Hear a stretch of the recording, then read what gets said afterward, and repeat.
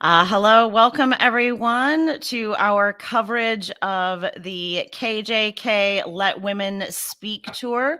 Today we are live in Loudoun County, and before we begin, I'm going to have the fabulous Ms. Kay Yang play our promo.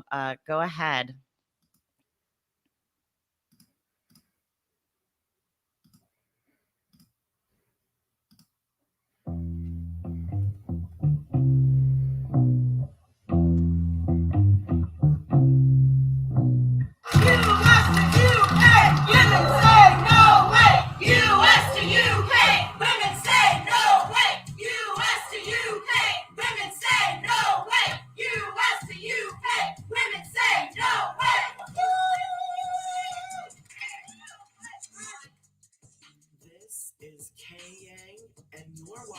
The Let Women Speak Speakers Corner USA Tour featuring Kelly J. Keane of Standing for Women UK. If you would like to assist us in making this documentary, which is not about a few people sat down having long interviews, it's about real women doing things to try and stop the erasure of their rights and the mutilation of children's bodies. It's about the ordinary women that became activists through this, there's lots of stories to tell, and I'm happy for all of them to be told, but the story that we're going to tell here in our documentary is the story of ordinary women doing extraordinary things when they were pushed to extraordinary depths with this. I want to thank all of the women who have been organizing. Obviously, a big thank you to Kelly J. Keane. This is for her documentary that she is doing across the United States. These are all of the dates that are coming. If you can make it to one of these cities, please do your best to get there. This is an opportunity for all U.S. women to share their voices. This is a chance for us to really revitalize and give a strong foundation to the activism that we have already been doing. If you're in the USA, it is really easy to give towards this documentary to make your American women's voices heard, as well as those in the UK and in Europe. This little bit of history and uprising belongs to the brave women and girls who are standing up against this absolute tyranny.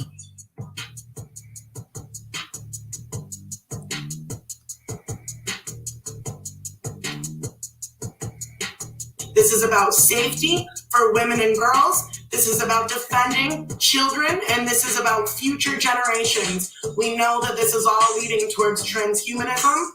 This is leading towards a world of tighter top-down control and control of women and our reproductive systems and our biology. And we will continue to speak out against it. We will continue to name these things, and we will continue organizing across all of our political differences for our goals.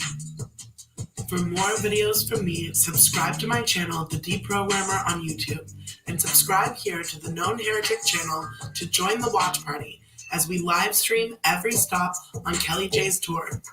We'll be linking up with women on the ground in every city to bring you live interviews with your favorite fearless female warriors and highlight the voices of women across the country who are standing up against the destruction of female sex-based rights in the name of gender identity laws and ideology. Join the live chat and connect with other women. We'll take your calls and platform your voice live on the show. This is Speaker's Corner. This is a tradition in the UK.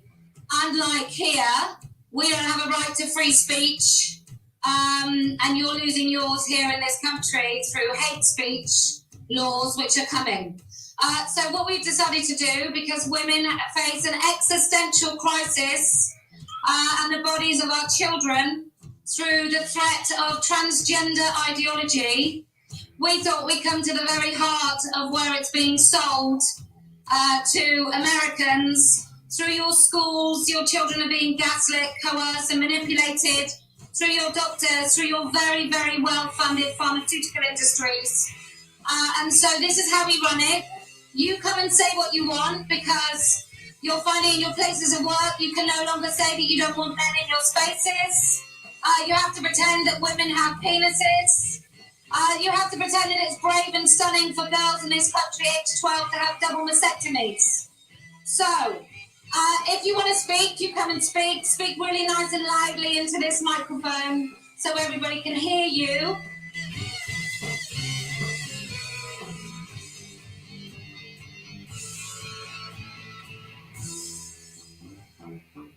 If not you, then who? If not now, then when? Okay, it looks like they are already getting started. And Louden, you speak, where we have to call this, blue is not green, a man is not a woman. But most importantly, and all of us can agree from all parties, that the sexualization of children has got to stop. When I went to college, I used to go to drag shows, and they were tame. They had long dresses, occasional mini skirt, having a good time lip syncing. Now it's like they're wearing pasties and thongs and having little girls, do sex with them and put money in there. I'm not for having a family-friendly drag show or a family-friendly burlesque show in the elementary school. I do not want the Magic Mike male strippers there either. It is not about that. It is about not sexualizing our children. And people say, oh, they know what they are. No. My son came to me when he was 6 years old and he said, Mom, I think I might be gay. And I said, that's okay, but why? What is it about, you like the color pink or what, And he said, well, I enjoy doing more things with boys. They like to play with the same toys. They like to play the same video games. The girls don't have anything that I said, honey, believe me, later on in life, there's going to be plenty of guys who are not gay, who do not want to watch the same movies, play the same games, play the same sports. It's okay. But suppose I had said, honey, let's affirm. We don't affirm. We should not be affirming gender dysphoria. We do not affirm cutting. We do not affirm anorexia. We do not affirm children getting facial tattoos and doing heroin. So children need to be protected. That's my main gig. Sorry I took so long. But, thank you. But just real quick to know, because I know you said that's a place to debate, but every House Democrat voted to take away parental rights. Every single one of them last month. Every single one of them. Think about that. And most of the Republicans have said that Joe Biden wasn't elected, that climate change is in a thing. They're not worried about our water. That's not what we're here about today. Well, we're here for women's rights. And men, I guess, too. They have the right to their own private bathrooms. But this shouldn't be a partisan issue. No, it shouldn't. We should all come together. I'm just going to say this. Neither Trump was in office for however long, and this stuff was still eroding, and he could have protected the parents, and he could have protected the kids. So I don't think it is a partisan issue, even though I think the left are really pushing this hard. I think both the Conservative government in my country and when the Republicans were in office, they had a chance to do things that they didn't. So I think there is no party that really stands up for women or children. But right now, you may have a different idea about the political climate in the US at the moment. Natasha, would you like to come and speak? Sure, I'll say something particularly about this while we're here. Thank you so much. Yeah, we can have a beer and talk about this all day. Okay, so I've been a parent activist in Loudoun County since 2019. And I was going before the school board and warning them, because they were going to adopt a policy language to their non-discrimination policy to incorporate gender identity. And I explained to them, so they cannot claim ignorance, because I told them to their faces, you have to choose. You're either going to protect sex, right? Or you're going to protect gender identity. They are completely mutually incompatible. You cannot have them both. And I explained to them what would happen. So when policy 8040, that's the the one that destroys parental rights and Regulation 8040 in the school boards of Loudoun County, they knew. They were warned. They were warned years ago. They were warned about what would happen if they allowed gender identity to be what a male student could use to identify into the girls' locker rooms. They knew. So nothing that happened in Loudoun County in 2021 was a surprise. We knew this was going to happen. There was no, they had a warning.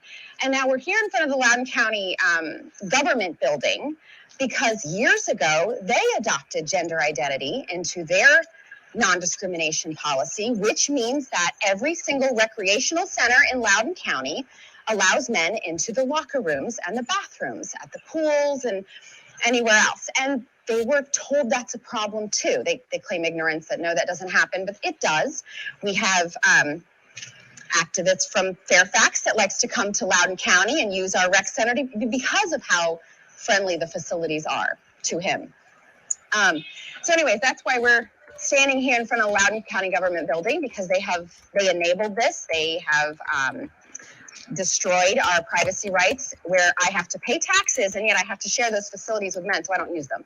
I don't even get to use the facilities that I pay for. So another thing I wanted to just say in terms of, hey, we can work from within the party. I've been telling feminists for years, 10 of you, loyal women, just stick together. You go into your local Democrat committees, you take over. You can do it. I've seen it on the right. We're doing it on the right in the Republican Party. You can do it. You have to stick together. You get into your committee, you become a member, and you decide who the candidates are going to be. And you decide, when you vet candidates, where they stand on the issues you care about. And you work from the bottom up. You decide who's going to run for supervisor under the Democrat ticket. You decide who's going to get the endorsement for school board. You can do it. It's going to take years. It's hard work. You just need like a group of 10 of you, and you stick together and you can take over. So anyway, that's all I had to say. Thank you. Thank you. I take that. Yes, sorry. That's all right. I just want to remind, because I think this issue is the thing that unites us.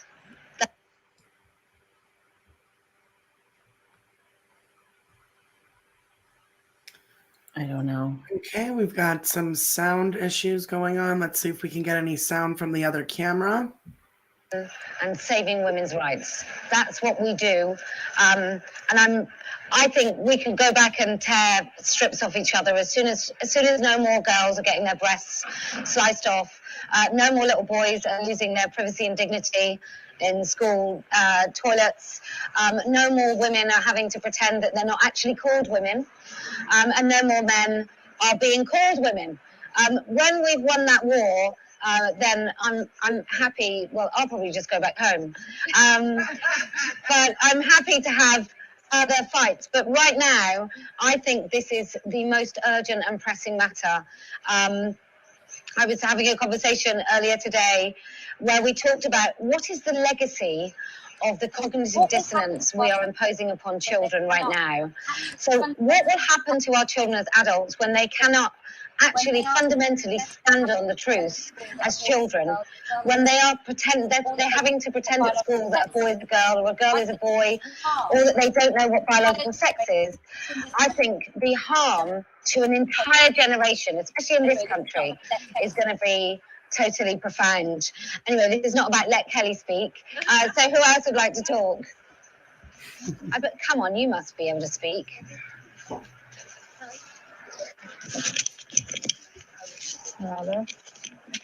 Hey, I grew up in this area, up in Fairfax, and we used to say, the joke used to be that Loudoun County was Fairfax, but 10 or 15 years behind.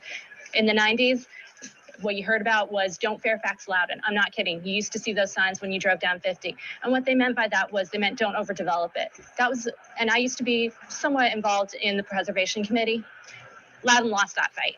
We all know it. Remember the don't supersize Loudon? How well did that work? We can't take our foot off the pedal here. There's still a chance to save the kids. There's still a chance to save the women. There's still a chance to save us all. But we can't stop. When I was in the 90s, if you told me this was what we were going to have to deal with, I wouldn't have believed you. But I remember in middle school going to gym class and having to change with girls in a locker room for the first time. You know, you're 12 years old. It's awful. You hate it. You hate it. And there are cubicles in there. And you could use a cubicle. But I don't know a single girl who ever used a cubicle. And do you know why they didn't use a cubicle? No matter how uncomfortable you were? Because you don't want to put yourself out there. You didn't want to risk somebody teasing you about it. Oh, what? You can't change around us? You have a problem? You think we're going to look at you? Kids don't want to be ridiculed. So they're not going to stand up for this. Very few children are going to have the guts to stand and make themselves targets. There are a handful of them, but most of them are going to keep their heads down. I was raised in a more conservative household, and so I was used to being a little different. I didn't go out and party and drink and whatnot. And there were times when I stood up for what I believed, but there were also times when I kept my head down because it was just easier. The girls are not going to take themselves out of the locker room because they don't want to be made fun of. They don't want to be called bigots. And it's not just the kids who will do it. It's the teachers. It's the administrators. I went to George Mason University. You know what they did a few years ago? I got a lovely passive-aggressive email from our university president informing us that we were going to open up all the facilities to anyone. So if you went and you wanted to use our lovely, very, very expensive athletic centers that your tuition dollars were paying for, if you wanted to use them, you had to be willing to risk a man being in there with you changing. Now, our university president did not have to change in front of other women, and if he had, maybe he would have gotten off on it. I don't know. The women, the female administrators, they did not have to go and share those spaces with the men. It was the women who had to deal with it. And so I never once used those lovely, expensive facilities. I would have loved to, but that would have meant, since I didn't live on campus, that would have meant having to go home in my sweaty clothes. It would have meant having to come in my athletic gear for the whole day. I wasn't going to do that, and so I didn't get to use them. And what about the religious women who cannot use them? The Muslims, the Christians, the Jews, the women who aren't religious but just don't want to. What about us? We matter too. And what about the men who don't want to change in front of a woman? What about the men who don't want to open themselves up to potential accusations? Good men stay out so bad men stand out. So the good men are going to, and you see this. If you talk to men and you say, well, what would you do if a young woman walked into the locker room at your local pool and she started stripping off? The good men, their instinct is to get out of there. But if they leave, she's left with the men who chose to stay. No good man wants to be in a changing room with another female. No female, I don't care what you say, Emma Watson, or all these other stupid celebrities, all these lying politicians, you don't want to change with these men. Whether they've had surgery or not, you don't want this. You may go along with it so that you can get your hand pats, but you don't want it. You're willing to put up with it because it's easier. The kids are willing to put up with it because it's easier. And so those of us who actually, for whatever reason, maybe we're just stubborn old cusses, we're super contrarian. There's a lot of us here. That's why our ancestors came here to America, because we got sick of dealing with people in Europe. I don't know. No offense. No, we're contrarians. The contrarians have to speak up because most people are going to go along. And that's how this kind of crap happens, and then it becomes normal. We still have a chance, but we got to keep on at it. And more of us are going to have to stand up, and we can't rip each other apart doing it. I'm talking to you, British Feminist Twitter. I lurk on there. You have some great things to say. Your analysis is great, but we need everybody. You want to know what we haven't gotten further on a lot of issues, and I'm not going to get into what those issues are because this is a single issue thing, and I think that's great. One of the reasons we haven't gotten further on a lot of things is because we divide ourselves and we say, oh, I won't work with her. Oh, I can't talk to him. I can't stand with him. No. We stand together. We'll all hang together, or we shall surely hang. Well, we got to hang together because otherwise we're going to lose. But we can win this. Thank you so much. Well, there it is. It seems like I should have left the British shores quite some time ago and joined the contrarians. Would you like to speak? Oh, love it. Thank you. Hi, I'm very new to this movement. I only learned about it like 2 weeks ago from my friend Maria. I'm here essentially because I'm a mother. I have 2 daughters, 3 sons. I'm a grandmother. I have 6 grandkids. 2 of them are girls. And as I learn more, it just distresses me. My granddaughters live in Florida, and I'm just learning about this, so I really don't have much to say because I'm a newbie. I agree, it should not be a political issue. I've been a liberal all my life, like a blazing liberal. And yet I find this is one issue I cannot talk about in certain places because people get really irate and annoyed. I'm learning to speak out more. So that's good. I was in the hospital yesterday, obviously. I had to have some lab work done. And when I went to register, this young woman asked me, what pronouns do you use? Well, first I heard the guy next door was asked, and there was a man standing there, and I heard his registrating say, what pronouns? And he was like, can't you tell a man? And then I looked at the girl who was checking me in, and she said, we have to ask that. And I said, well, I'm obviously a woman, and I use I, me, mine. You know, those are my pronouns. And it seems to be pervasive everywhere at this point. Hospitals, schools, and I think that's very problematic because it misconstrues reality. And we have enough lies going on in our country. We don't need to add any more. You know, we have plenty we can fight about. This is not one of them. It's biology. I have a background as a nurse and as a pastor, and in both of those roles, I have seen it, and it appalls me. The more I learn, the more I say, whoa, is this really happening? When Maria first told me about it, I'm like, that can't be real. That has to be fake. And then I started looking and I learned more, and I thought, no, this is really happening. So I'm beginning to take my head out of the sand and learn how to speak up. But I'm a newbie, so thank all of you. Oh, you want your thing back? Welcome to Turfdom. Thank you. That's all I can say. Would you like to talk? Yeah, I will. I'm going to put it just a little bit further away, although everyone's speaking nice and quietly today.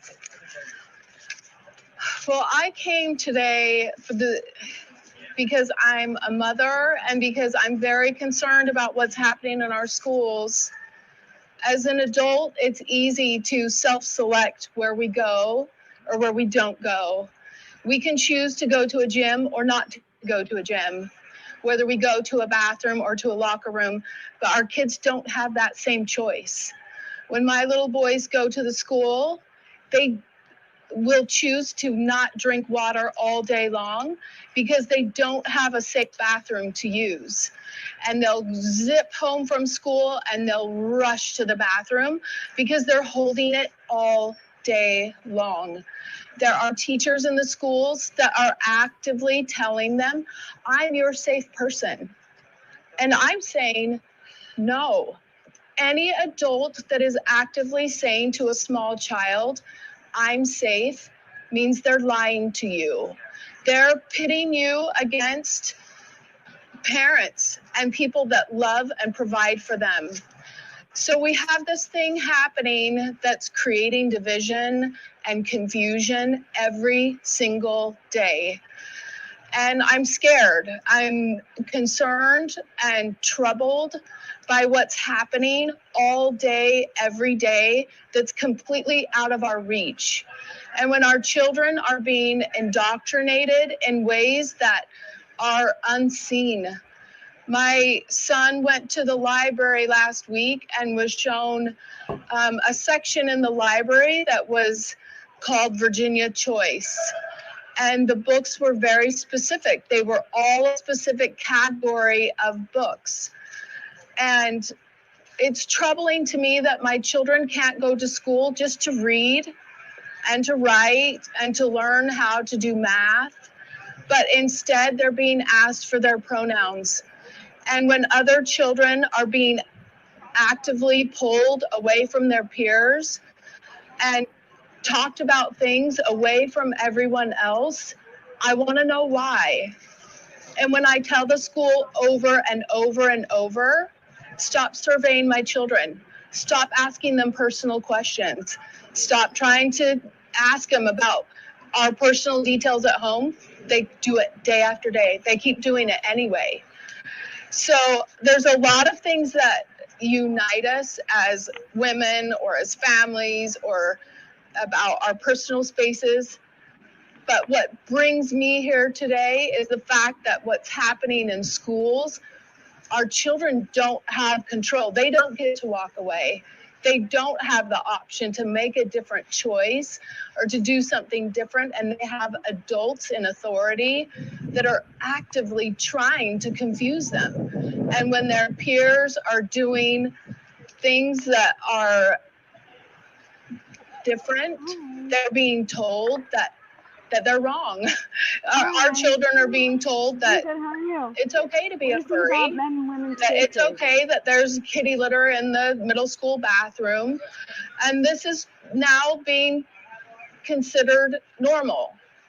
And so you talk about the repercussion of what the burdens these kids will carry into the next generation.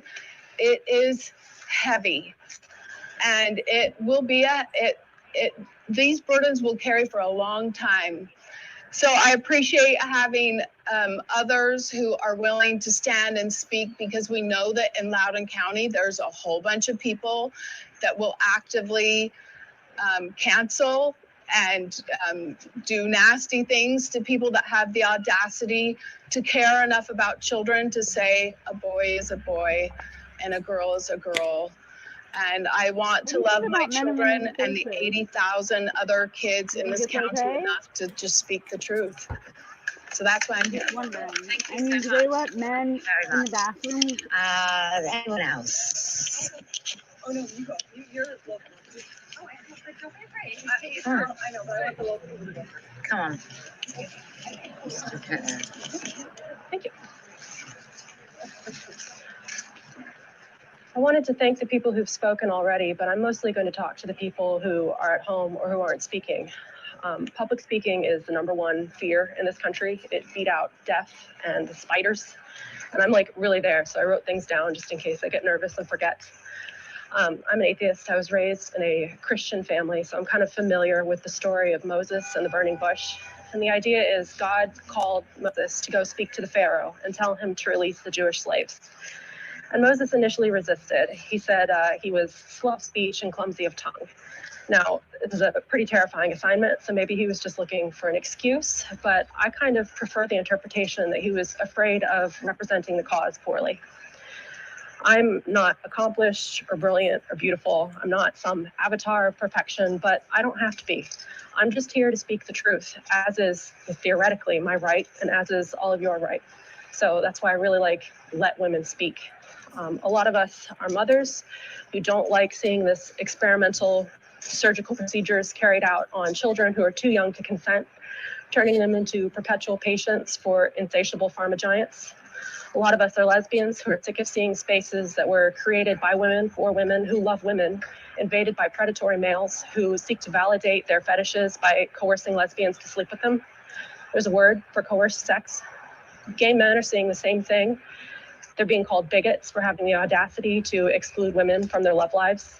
Homosexuality itself is being defined out of existence, even as young homosexuals are being surgically subjected to conversion therapy.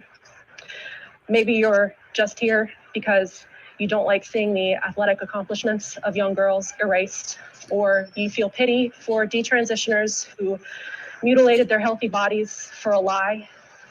Maybe you don't want to see women incarcerated with male rapists, as is happening now in this country. But we don't have to be as brave as Moses. We just have to stand in solidarity with our sisters and speak truth. And now we still can. We better do it while we still can, because laws are changing. So I want everybody here just to know that no one is born in the wrong body. Woman isn't something that can be chosen or a costume. No woman has a penis. Sorry, I completely, like I said, I'm terrified. I hate this. Yeah. Wrong. You're doing really good at it. Look at my notes. Yeah. So trans and kids is child abuse. Iran isn't an ideal model for the treatment of homosexuals. Men who enter women's spaces are perverts and predators, and they get off on transgressing women's boundaries. And an erection is still just a boner, even if you call it gender euphoria.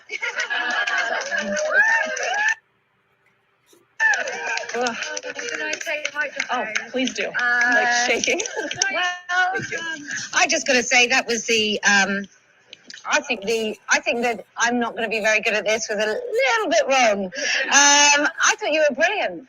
Yes. Yeah, you should. Every opportunity, you should do it. Absolutely. Who's next? Yes. I'll be reading as well. Contrary to popular belief, I am not a right-wing extremist. I am a former lifelong Democrat and now politically homeless liberal. But someone needs to tell the party of women's lib that women and girls are not human shields for male violence. This midterms, I will be writing in a woman who has been fighting this fight long before many of us would. I'm writing in Kara Dansky. While she is not running, I cannot vote for the destruction of my rights. Democrats need to learn that we do not want Title IX recodified to erase our sex-based rights. We do not want our girls groomed. It is grooming out of their natural protective instinct by calling their boundaries bigotry. Women and girls' boundaries will never be bigotry. We do not want males in female sport, and we do not want men, especially rapists and violent murderers of women, in women's prison. We do not want our children sterilized and mutilated for pharmaceutical profit. I've seen that show before. I watched my brother killed for medicalization, prescribed opioids at 16 following a spinal injury, and dead by 20 from legal prescriptions. I watched my grandfather beg his doctors with fists full of empty pill bottles to stop killing his grandson. I will not be bullied silent while pharma finds a new way to prey on children for profit. Sweden, Finland, France, Norway, the UK, all reversing course to varying degrees, and the US children's lunch money if they allow males in female sport or for children to be medicalized. The American medical industrial complex hard at work manipulating parents, emotionally blackmailing them, telling them their child will commit suicide when there is no data to support this. And silencing us with kindness propaganda. Liberal be kindness. No, nothing is kind about preying on children and women.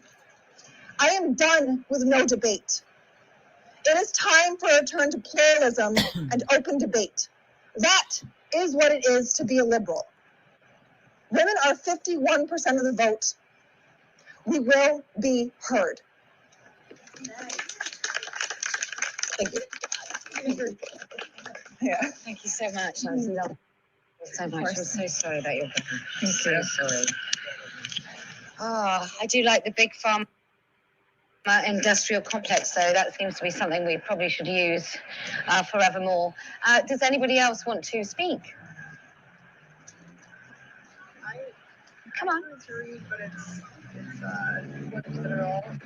That's all right. Okay. It's let women speak, not let women be told what to say. Do you want me to hold your sign? Right, let me come. All right. It isn't the theme of defense and women's instincts. Okay.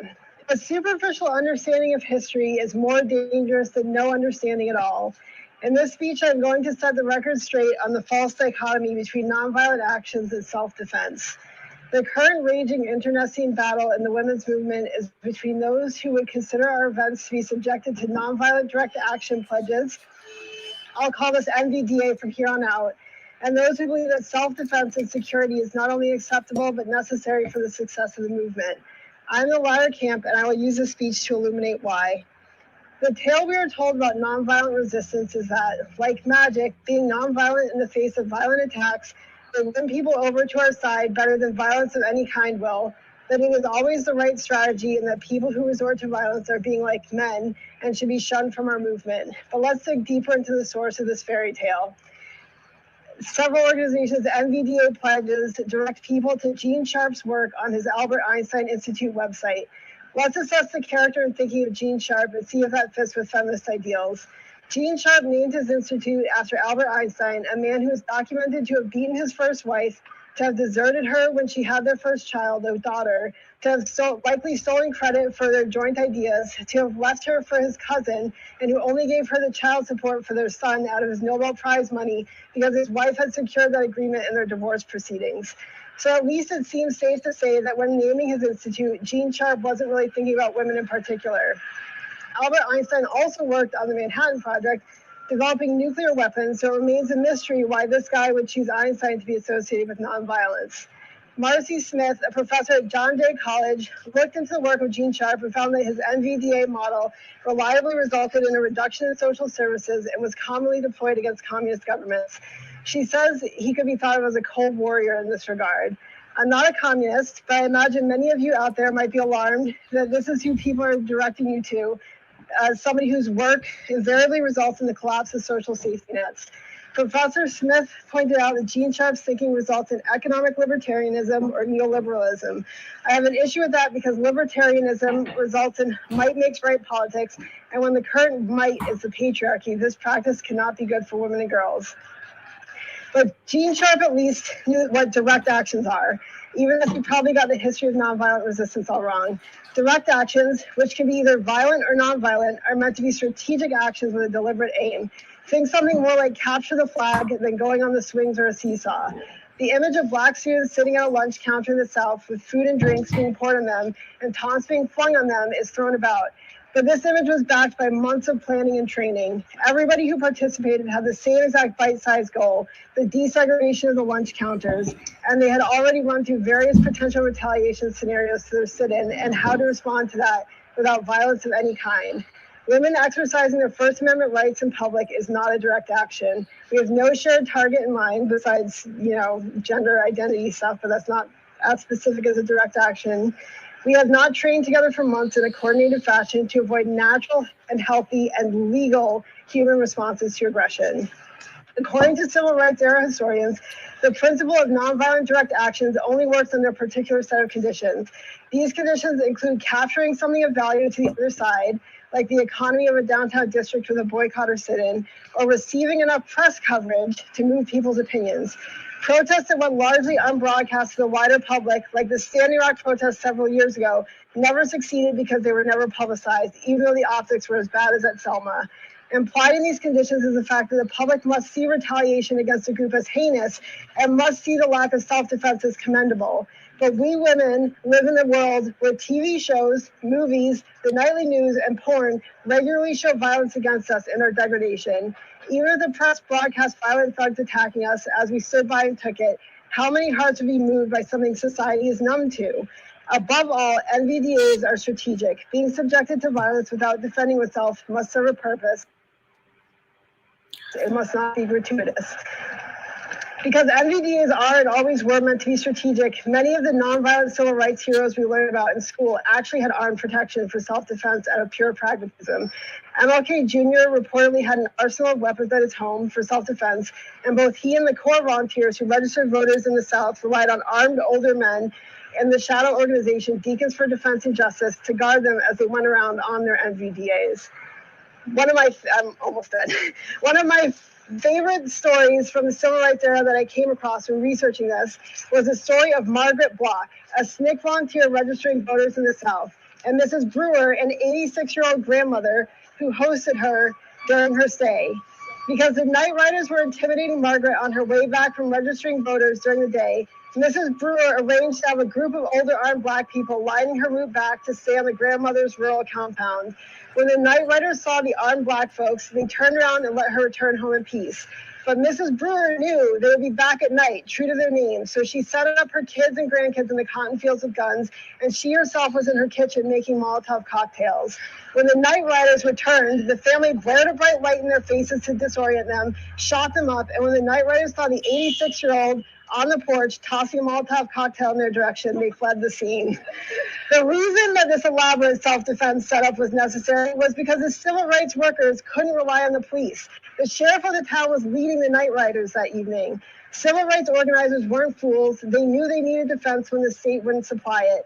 They knew that when things went awry, as it did during the freedom rides in the early 1960s, that they needed people to recover and aid those who were wounded in firebombing and attacked by the KKK. They were never planless. They did not expect nonviolence from everyday citizens exercising existing rights, and they even provided armed support for those who were engaged in NVBAs themselves. Rather than try to kick somebody out for providing self-defense for the group, they embraced these people as essential to the NVBA workers' success. So let us learn from those who came before us. Let us recognize that society notices when men do not respond to violence with violence. But it seems like even women within feminism expect other women to roll over and be doormats.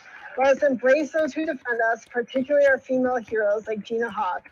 As we move forward in the existential battle against the misogynistic, anti-natalist death cult that is gender ideology, let's focus our critical energies against the external threats and focus our gratitude and appreciation towards our poster-carrying shield maidens, our brave mama bears wielding bear spray, and keep our eyes on the prize and our words on the mics. I just want to make it really clear, I've never asked for any pledge. I'm also aware that my name was attached to some sort of request for pledges, but as far as I'm concerned, we come here as adults. We are responsible for ourselves only, and that's good and bad. So I don't take, somebody gives an incredible speech, it's not my credit to take. I'm just really happy it's on my channel. But, you know, when it comes to the way any woman behaves when she is met with threats of violence, it's certainly nothing that I have ever said that would demand that she do nothing. I fundamentally don't believe, when it comes to this idea of non-violence, I don't believe beaten women, women with broken fingers, women pummelled and bloodied, I don't believe that will convince anybody who isn't already convinced that you shouldn't be slicing off the breasts of children. So I find it futile. I don't want to be sat in the back of an ambulance with a bloodied face just to prove a point that I'm non-violent. I'd rather actually be quite violent at that point. Not that I'm advocating violence, obviously. I'm just saying if you prepare that if you attack women, there may be some consequences. And there should be some consequences. And at the moment, we can't rely on the police to actually give out those consequences. Would anybody else like to speak? Would you like to speak? No. I'm aghast. Do you want to speak again? I just want to say something about safeguarding children. Come on. Right, it's such a lovely day. Let's try, if you've got another 20 minutes, 30 minutes, we can stand in the sun, that'd be lovely. School board speeches taught me to talk within 60 seconds. So I just wanted to really quickly say something about the safeguarding of children, which clearly we have dropped the ball on that as a society. And I'm probably preaching to the choir to a lot of you who've been involved with this for years, but I just wanted to talk about that gender ideology and that queer theory, and how what we're doing by introducing it into the schools through the policies and the books. And I'm not a book banner, but I do believe that children need to be kept, their innocence needs to be protected for as long as possible. By incorporating, the pronouns, or teachers who decide to trans halfway through the year, by incorporating the open bathroom policies, we are teaching kids from a very early age to ignore the red flags, because children naturally are cautious around adults that look odd, or a big man in a dress who wants them to sit around them and read a book at the library. And we're teaching children to ignore those red flags. And in fact, to have those red flags is bigotry and it's mean. And so they need to be welcoming and accepting to a person of the opposite sex in the bathroom with them, reading library floor.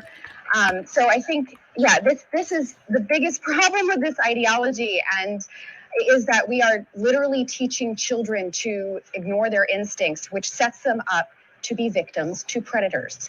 And that's just all I wanted to say about that. Thank you. Thank you. Do you want to say some more? Yeah, you carry on, because I was trying to put kids at school. Carry on. Do you want to, if you're doing the school board, do you want to give anybody watching a little bit of advice? So that Oh, like for speaking for school, like to speak at the school how board? to get involved, that'd be great.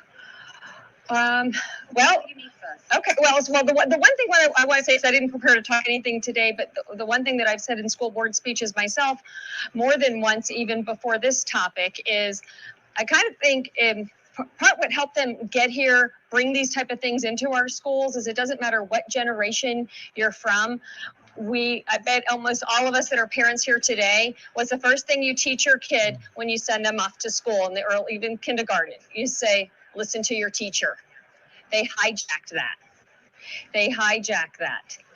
And you can find your child will come home. It can even be over something they learned in math that you know is different than it should be. And they will argue with you and say, my teacher told me. That's the easy type of thing. Now imagine all of this. I know there was kindergarten last year. Just started school being asked what his pronouns were. Asking his mom and dad, I thought I was a boy. Am I not a boy? You have to wonder why these people in the school system want to have access to children to get in their heads and try and change how they think. They know children are vulnerable. Children don't know what color they like on every day. You will have a child who will swear that Johnny's their best friend, no matter what. And you find out Johnny just like showed up to school that afternoon, you know, and it's so important that parents have realistic conversations with children from young. They have to have open conversations. The conversations need to happen at home, not be left to happen at school. And it's a sad day that it's gotten to this level, that it's gotten beyond listen to your teacher. What we meant was be respectful, follow instructions. It was as simple as that. They've hijacked that. That's how they got there. That's how much of this has happened. I've seen librarians. Why have librarians been given so much latitude to put whatever they want in the libraries and even on display? If you're trying to teach about open-mindedness, you should have a balance. But they're not. They're being allowed in our public schools to put their narrative up there, and there's no consequences. So the thing that you have to understand is a lot of people, it's scary to go up and speak, especially the first time. We are our worst critics, and we have to get out of our own heads for that. But what's important is parents sit there and say, well, they don't listen to us anyways. But you know what? They will. The more that we come, they will. And know that sometimes it may not be public speaking is your forte, but maybe it's letter writing. There's different ways to be active and to get your message out. There's talking to others. Look at these ladies here today. She just learned a couple weeks ago from learning from a friend. We have to have conversations. I talk to people in stores. I talk to people. I'm not afraid wherever. We have to stop being shy about having these conversations of the truth and what's going on. So, again, got to stop being our own critics, get comfortable in these conversations. The more you talk to people, the more, things will come naturally. But the biggest thing is teach your children to listen to you and trust you. And what we also told them is if an adult tells you to keep a secret, don't trust them. Yeah, right. Thank you very, very much. Thank you. Thank you. Okay, you want to say something else? Come on. Beautiful. All right. Well, I decided I would bring this up on a lighter note, but it is a more serious thing. I'm not wearing makeup. I'm not doing a great job at this moment of portraying or performing, is the word, femininity. There are innumerable things where I'm performing femininity because I'm wearing high heels, I'm wearing lipstick, I'm wearing long hair. I specifically have failed to perform on purpose, unlike Kelly J, who looks fat. But what I would like to see in what often, in the Dylan Mulvaney-esque vein of things, becomes a parody of women, rather than have like the old Southern blackface horribleness version of woman face, where I'm more feminine than you are because I have brought up yah. No. But I would like to challenge any hate watchers of Kelly J's to perform femininity, because how often do you see actual physical, biological women gathering en masse at a protest to hurt people?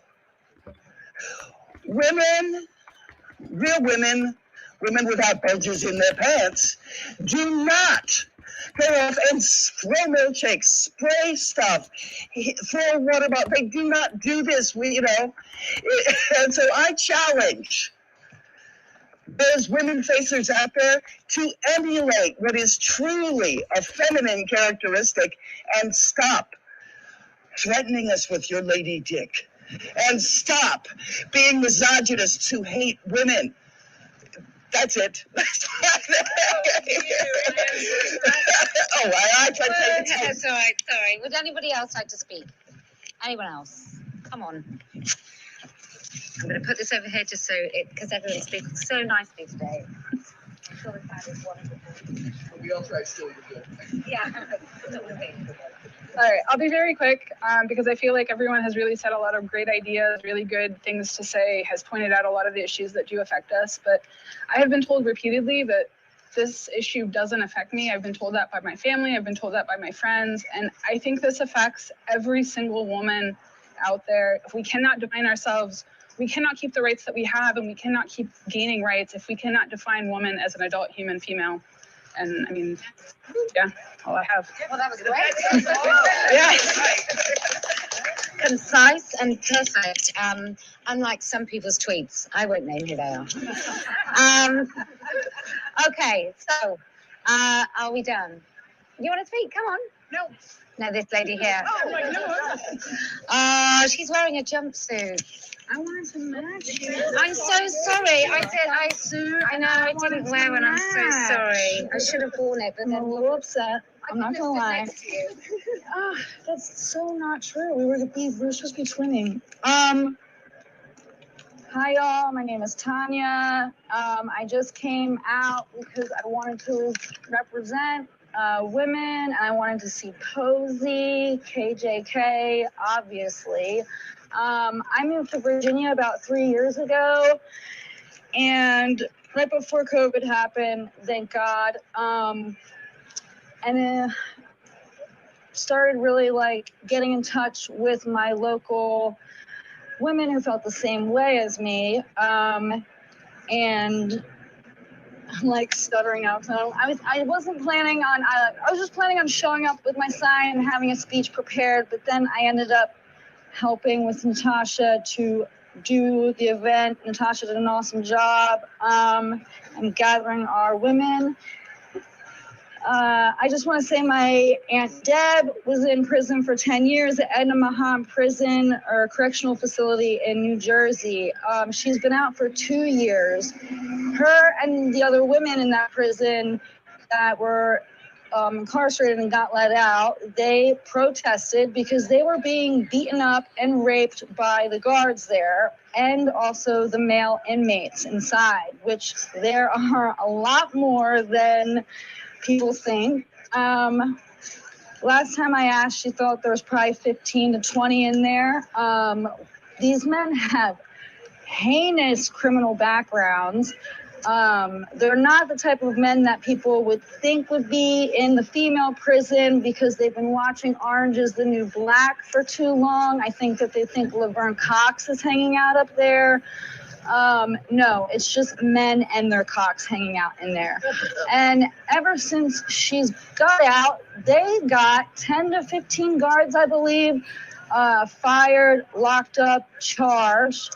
You're right. And she has a class action lawsuit against Edna Mahan Correctional Facility with other women, not just from the abuse that she dealt with at the hands of the guards, but also of the inmates who, you know, they've impregnated 3 women already in that prison. And that's in New Jersey for anyone who doesn't know. But here, men are expected, last I checked, to have the surgery. Not that that matters or changes who they are, because it doesn't. And hormones and chopping your dick off and flipping it inside out does not change males' propensity to violence. And conflating sex and gender identity within the law gives gender identity precedence over sex, which is insane. And we've seen it time and time again. Obviously, that's why we are all here. When a simple solution would be to just, you know, not discriminate against women as a sex-based class, not discriminate against people who don't conform to sex role stereotypes. It's not rocket science. And not discriminate against people based on who they love. But yeah, this isn't fucking our problem. It's men's problem. If, you know, men are scared to use the bathroom with other men, so what? Throw them in with the women? Like, that's fucking crazy talk. I'm sorry I'm cursing. I'm from New Jersey and I moved here from Philly originally. So yeah, that's my problem. But that's all I wanted to say. It's ridiculous. It's crazy talk. We need to keep calling it out. Stop being afraid to say what you gotta say. I've had my job threatened. I've had people try to get me fired over conversations they overheard me had with another table. I'm a waitress, okay? I'm not like some academic. I don't even have a fucking GED. And my job gets threatened. And I'm just lucky to work at a place that, you know, thinks that's crazy because it's crazy. And I'm happy that I'm in Virginia, but it's seeping in, as all of you know who are parents and have children that go to the schools. People need to wake up, and people need to start having these conversations. And, you know, read us. Women Are Human, Feminist Current. We've got so many women doing great things, writing great stories. We got to stop tearing people up in public. Like, it's just crazy too. That's about it. I don't know. I'm happy to be here though. Thank you. Okay. Anybody else? Okay. So we decided to come to Loudon County, and I want to say thank you to the very many kind women and really so organised. In a very short space of time, they organised this, so I want to thank them all. And I'm moving in with one of them because I've been to her home and it's lovely. So the kids and my husband, they're on a flight out this afternoon. Will become residents of Virginia. But yeah, to Americans, I'm pretty sure you've heard of Loudon County and what the parents are doing here. I suggest if you haven't followed them, look into everything that they're doing. It's sort of textbook of what you can do where you are to fight the insanity, because if we can extract it from the schools, this war is a much easier one to win. So if you can put your differences aside, you better know this. I don't know if many of you watch my YouTube. You have to just say the thing that I'm going to say at the end, and if you don't know it, just pretend and join in. If you can put aside your differences and you can stand with a woman because you know that your unique experience as women is more important than the things that divide you, then I promise we will win.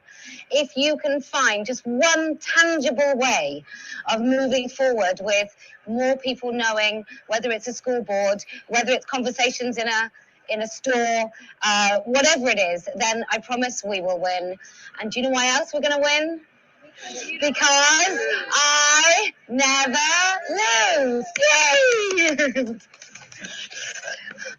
Okay, thank you so much. I just...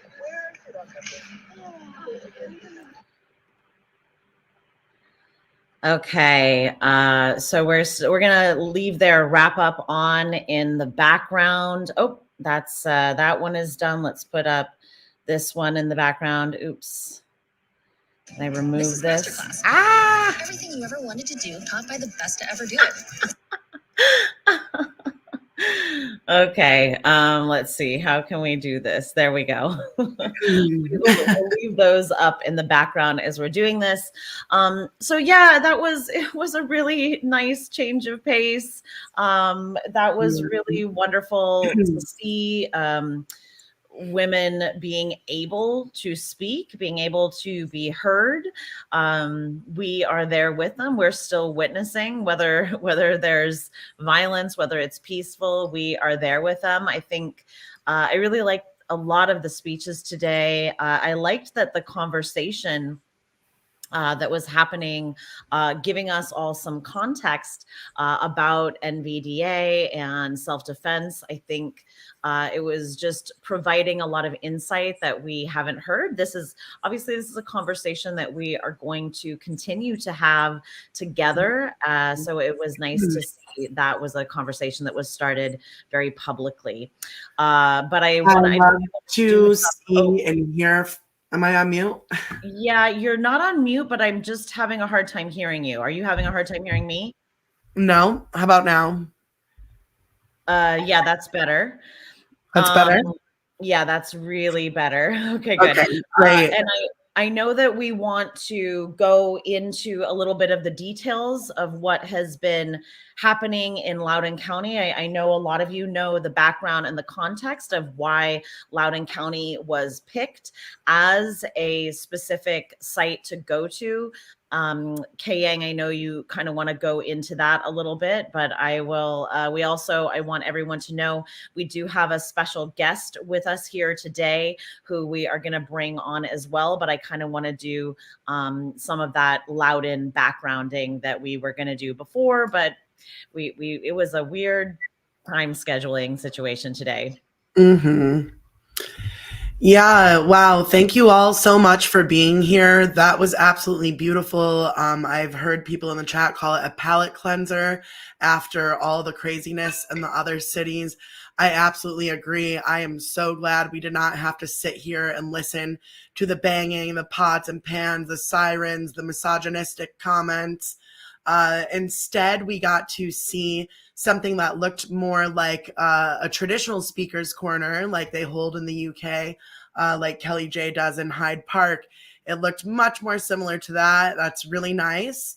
I think Loudoun County is a little bit of a special case as compared to the other cities on the tour, right? The rest of the stops on the tour are big urban areas where there's a lot of people concentrated in one place. Loudoun County is a totally different situation. The reason why Kelly J chose to go to Loudoun County for today's speaker corner is because last year, as many of you may know, on May 28th, 2021, there was a 15-year-old male student who entered a female bathroom at a school there in Loudoun County and sexually assaulted a 14-year-old female student. Later, that student was moved to another school where he went on to sexually assault another female student in an empty classroom. The boy was wearing a skirt while he committed the assault at the first school, and I think in the second one as well. I can't remember a lot of the details. This was a while ago, and this is a developing story as well. Amy, is there anything you want to add in about your thoughts on Louden while I pull up some more info here? I'm gonna let you pull up the things. So I wanna offer a couple of things. I want to observe. Kay Yang's gonna bring up some of the media that was told around this, but I want to observe a familiar tactic. So we know now that the details of the story are that there was a boy who was in the girls' bathroom. He raped a girl. He was using his status as, quote, gender fluid is what he called himself. So he was using that status to come and go as he pleased in whatever bathroom he pleased. He was reported. The school hushed it up. They kept it under wraps, sent him to another school where he did it again. He was in a classroom with a girl and did it again. Yes. And can I just name him and shame him really quick? Yeah, I Because would love that. it was the Loudoun County Superintendent, Scott Ziegler, who actually informed the school board of the assault. But then about a month later, or less than a month actually, he then told parents in the community that there was no record of any assault in the school bathroom. So he completely lied about an assault occurring, and then no one on the board corrected him either. So Scott Ziegler, the superintendent, and the entire school board of Loudoun County lied and tried to cover up the sexual assault of a female student in a female bathroom by a male student identifying as gender fluid and wearing a skirt. Back to you, Amy. Thank you. And thank you, Sophie, by the way. Thank you all of the women who have donated today. This really helps. We are still fundraising for our event in New York City. So this really is very useful. Kay Yang just made our deposit on getting security today. So we really appreciate your help and support with that. Thank you. Thank you so much.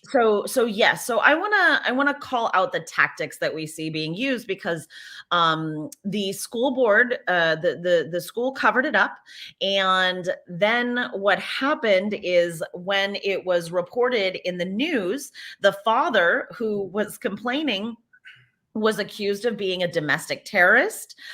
He was the one who was accused of doing violence. They came to arrest him at a school board meeting where he was complaining. And this is something that we keep seeing. So we saw this at WeSpa, when girls were complaining that there was a man in the women's spa exposing his genitals to little girls.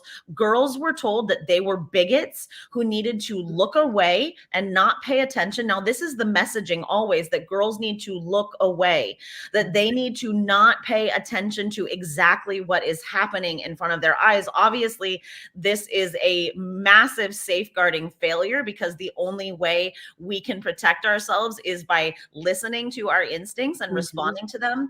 And it's also an issue of dissociation as well, because they want us to turn off the reality of what we see in front of us, be dissociated from that, and accept what they are telling us that we need to accept.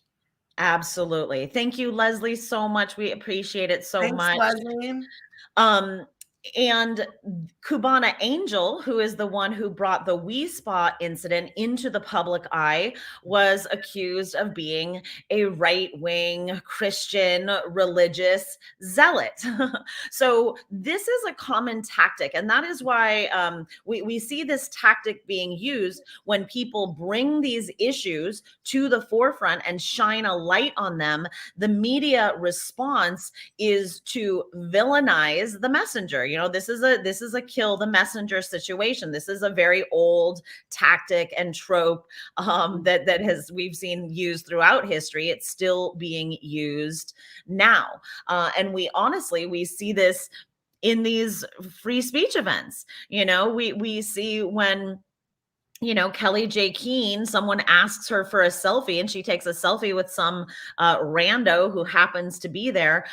In fact, she is the one who gets villainized for other people being in her mere vicinity. But this tactic is used to to take authority away from those who are speaking out, to devalue their words and their insights and the truth that they are speaking. So this is what happened in Loudon, where the father and mother of the girls who were raped were publicly villainized in order to discount the very real truth of what they were saying. And even when the New York Times reported on this, they never retracted their report after it turned out to be very real and very true. And the underlying story is a boy who is a serial sex offender, and I shouldn't say boy, student, a 16, 17-year-old male student who has gone through his puberty, is a serial sex offender who is allowed to continue attacking girls, and girls who say no, girls who want boundaries around their body, they are the ones who are vilified. So we are creating a massive Me Too situation in which girls who are being abused are told it's a very Darvo situation where they are. This was published in the New York Times last year sometime, and then after it came out, the truth about the scenario, there was no retraction whatsoever. So they're allowing these lies to be proliferated through the mainstream media and through the use of corporate media on television as well. Absolutely. Now, I have up for us the footage of one of the fathers being arrested at a school board meeting. If you have not seen this, let's go ahead and take a look at that now. Great. I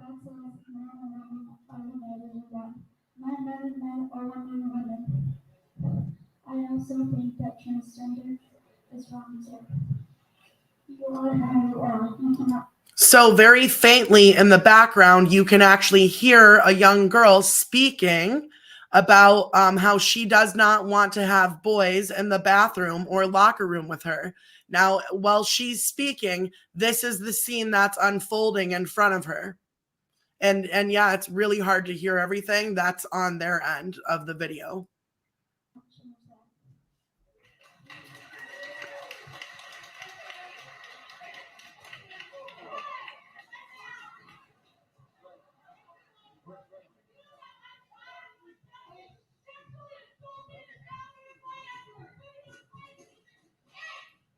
I mean, it's just absolutely ridiculous. He's being assaulted and attacked by multiple officers for trying to protect his own daughter.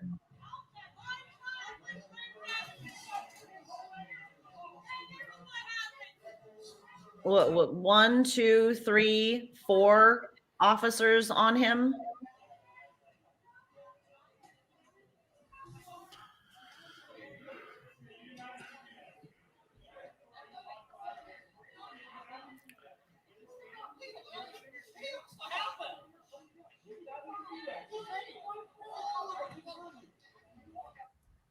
Yeah. Okay, so I mean, we all just witnessed this father was assaulted for trying to speak up for the safeguarding of his own daughter and other children at the school. I see people in the chat, VF55 is calling this gang abuse. Absolutely, that's exactly what it looked like. This brings up a really good point that we as women are actually really caught between a rock and a hard place, because on the one hand, when we try to come out and have free speech, we are met with violent opposition from so-called trans rights activists, so-called Antifa. Any angry man or woman who wants to attack us is given free rein to do so. There is not recourse for that. We are not being protected by the police. Then we have to try to hire police off duty to protect us, when it should be the police who are working should be able to protect us. But there's when the laws are literally being changed to say that, we are in the wrong, that we are engaged in hate speech, we are now getting put in a situation similar to what that father is put into, right? Where it's like, you're damned if you do and damned if you don't. There's no, how do we protect ourselves? What mode of recourse do we take when there's no way, no one will protect us and there's nothing that we can do? So this is all really important things that we need to be thinking about, because as this whole scenario continues to unfold with really what's going on is this attack on our female biology and sex-based rights and an attack on children.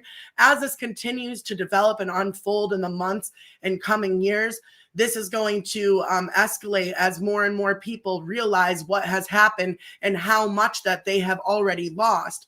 Because right now, our voices, this Let Women Speak tour that Kelly J has brought here to the United States, showcasing and highlighting our women all over the country. This tour, we are a canary in a coal mine. We are yelling as loud as we can to get people's attention to say, hey, it's way worse than you think it is, and more.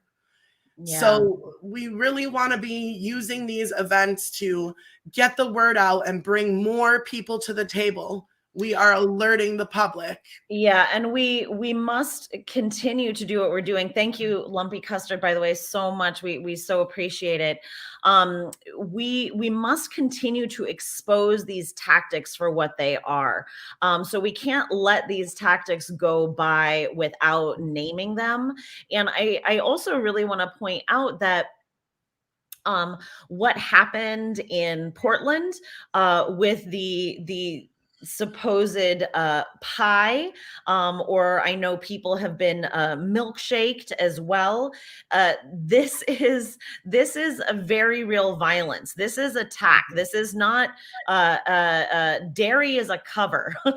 Dairy is the foil for very real punches to the face, very real violence. And I think Kay Yang, you are the one who mentioned this last week.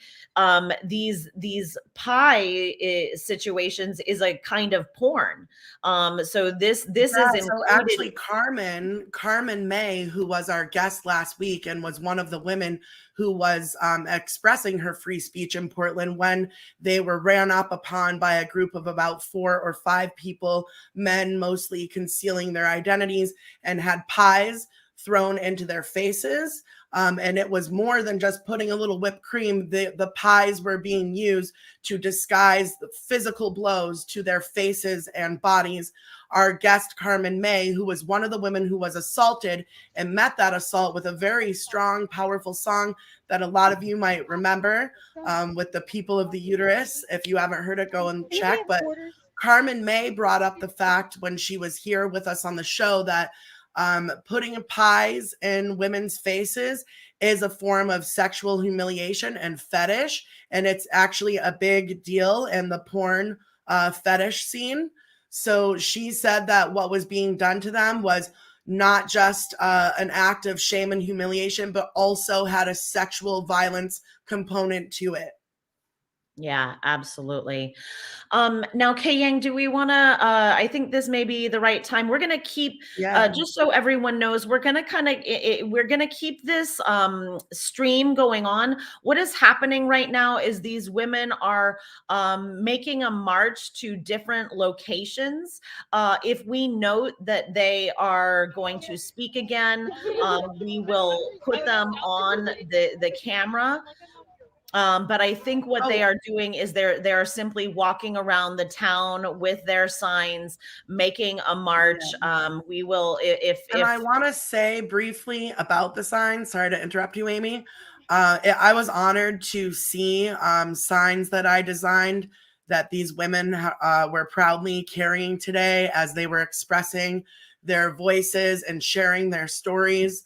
And if you are going to be at the DC events or the Miami event and you would like to print out your own posters with those designs on them, I will send you those files for free so that you can use those designs and we can show that we are all coordinated and talking to one another and building a real movement. So you can email me at the deprogrammer@protonmail.com or contact me through any socials and I will send those to you. And Amy, I think you were about to introduce our special guest, or would you like me to? I have her bio here. Yes. Why don't you read her bio? I'm gonna add her to the stream. So every week we're gonna have a special guest with us, and we really just want this to deepen the conversation, add more context to these events, and ultimately we're continuing to have an in-person community with you all. All right. Kay Yang, go ahead. Okay, wow, we are welcoming Amanda Stuhlman to the show. Amanda Stuhlman is the USA Director of Keep Prisons Single Sex. It's a UK-based international organization. Keep Prisons Single Sex campaigns for the rights of women in prison to single-sex accommodation and same-sex searching, because that's another part of this issue as well. It's not just about the accommodations, it's about who is touching your body during searches. Keep Prisons Single Sex also campaigns on data on offending to be recorded by sex throughout the criminal justice system, because that's not happening now. As a lot of you may have seen, a lot of reports and news articles calling men, she and her, recording male perpetrators of violent crime as women.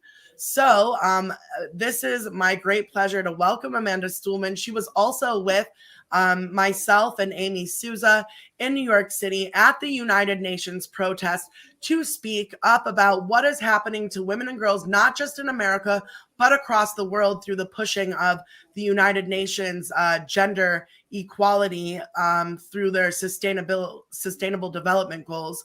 So I welcome Amanda Stuhlman. It is amazing to have you here.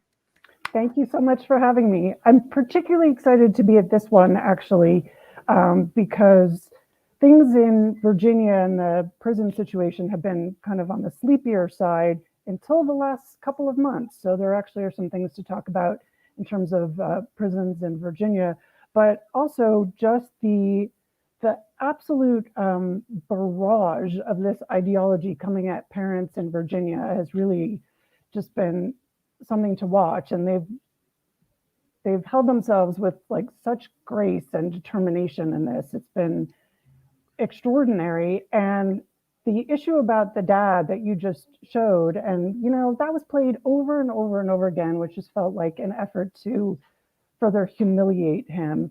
But the domestic terrorist phrase was not just a one-off from that particular school board, but it ended up being incorporated in the letter that the National School Board Association sent to President Biden seeking FBI assistance, DOJ assistance, Homeland Security assistance, and they explicitly cited that incident along with about half a dozen others in a footnote with a reference to the particular situation there. And so the institutional nature of this, that these aren't individual kind of one-off decisions being made, is really part of the challenge here. It's everywhere, and it's sort of in a bulk response. Right. And I know, Amanda, you are going to go into more detailed stuff about Louden and just, but before you do that, could you give a brief explanation for our viewers? Because as I mentioned, you were with us at the United Nations, myself, Amy, and actually Kelly J. Keene was our invited guest and speaker. And it was so amazing to have her here with us that day, even though we were being drowned out with noise that day as well. Different scenario. But Amanda, could you give a little bit of an understanding to people how the United Nations is involved in pushing this males in women's prisons? So there is what is known as an independent expert on sexual orientation and gender identity. And it's an individual, single individual has that job. He was just renewed for another term in the last several months. Yeah. And his mandate is to issue reports and travel around the world and engage in efforts to broaden the ability to self-ID and enshrine self-ID in individual states' laws, individual nations' laws, and have that be uniform across the world. And he just completed a tour of the United States this summer. His report on that is due out in the spring, June, I believe. And when they have issued reports and sought feedback, and they've gotten feedback from women talking about seeking to protect single-sex spaces, whether it's bathrooms or locker rooms or domestic violence shelters or rape shelters or hospital wards or prisons. And his response to that in an interim report was that that is demonstrating a colonial bias, that women's concern about that is a, quote, colonial bias. So essentially, despite the fact that this entire agenda is ongoing colonization, this is the colonization of female biology. The irony.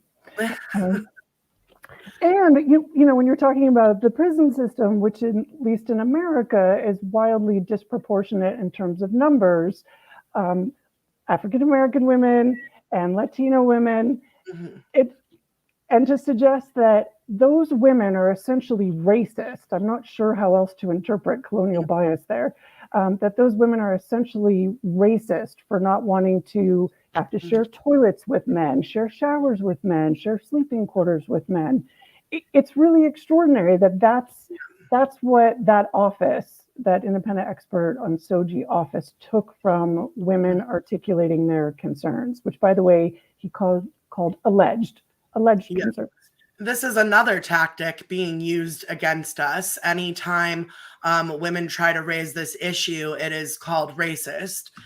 This is even said against me. This is said against other women of color. We saw the other day one of the men who was providing security for our friends in Austin, a Black man, he was called a white supremacist. This is a very common tactic. And if you want to hear more about that, you can go over on Megan Murphy's channel, where myself and Isabella had a really great conversation with her that goes more into all of that. Amanda, I want to really give you the floor to just take over the conversation and really just tell us what we need to know about this issue, because you are an expert and a premier voice on what is happening in the US, and you understand so well how it's connected to the larger global project being pushed through the United Nations and the World Economic Forum. So this really puts you, you are just a unique voice in this, and I want to give you the floor. And I just want to observe just one more little tactic as we go on, and it has pretty much been said, but you know, the use of colonization against us. I mean, this is a darvo, because something is being colonized. Womanhood itself is being colonized. So they are always darvoing how they speak about us when they do this. They are always, you know, they are claiming this victimhood when they're being the perpetrators. But not to interrupt, please take it away, Amanda. So I'm flattered with the idea that I have knowledge, but one of the problems of this particular area is that it's so hard to figure out what facts there are out there. And one of the reasons in the prison context for this is that we have multiple layers of systems. So we have the federal system, where if you're incarcerated in federal prison for a federal crime, that's one system. We have the 50 state systems plus DC. And then every county and municipality throughout the country has their own system potentially that's sort of layered on top of the state systems. And there's over 2,800 of those. So there is no way to capture what's the policy in every one of those locations, what are the numbers of who's being housed there, particularly because those 2,800 jail systems are there's a lot of turnover. You know, that's where you're held while you're awaiting trial, while you're awaiting where you're going to go for prison. if you're only in for less than 1 year. So it's a really fluid environment. So it's really difficult to even just get a snapshot in those places to know how many people are we talking about? What are the policies that we're talking about? And the other challenge is that some states have very openly put into place new laws, hello California, or have tried to put into place new laws, hello Maryland, that would very explicitly say, we are housing based on gender identity, and that's it. We don't care about sex, and you can self-declare it. And each of those laws that has been out there, and there are a number pending in different states, they're all outrageous in their own special, unique ways. But the other thing that's happening is that there are a number of states or locales who are doing this just by policy behind the scenes. So Washington State did that, which is how we ended up with a serial murder of women in the women's prison there, how we ended up with a sex offender of a young girl who went on to sexually abuse a developmentally disabled woman in prison in Washington. That's how we've ended up with that there. And you wouldn't know those policies if you went to try to research it. You end up in sort of this really circuitous path of bureaucracy to try to figure out what are they actually relying on to do this. New York City is another one that has that, which is why there was the rape sentencing that occurred in the spring. We finally learned about that, but New York City has had that policy since the last mayor's administration. You can't find that policy easily online. I got it through a FOIA request in New York City. Well, So and I was reading know? New York City formally recognizes like 78 of these different quote unquote identities. That's been for a while. In validating them and giving them an opportunity. And one of the craziest things to me is that quote unquote intersex, which is people with DSD conditions. These are physical conditions. Of course, we know this, but the prison system has designated them as quote identities. So people can declare themselves to have a physical condition that they do not have and use that transabled, exactly, and use this as an identity claim to gain access to a women's prison. That's exactly correct. And that actually is a very nice segue into what's happening in Virginia. If we could talk about that for just a moment. And it isn't necessarily Virginia in particular, but that's where this case originated. So there was an individual in Virginia who was a man who was seeking to be transferred to the women's prison in Virginia. And by the way, let me put a pin in that. Tanya, who was one of the last speakers, was correct until very recently and still probably on the books, but this case made it in flux. But when Tanya said in Virginia, it's based essentially on genitalia. If you've had genital surgery as a man, they will let you into the women's prison. And there has been at least one man in the women's prison in Virginia for several decades.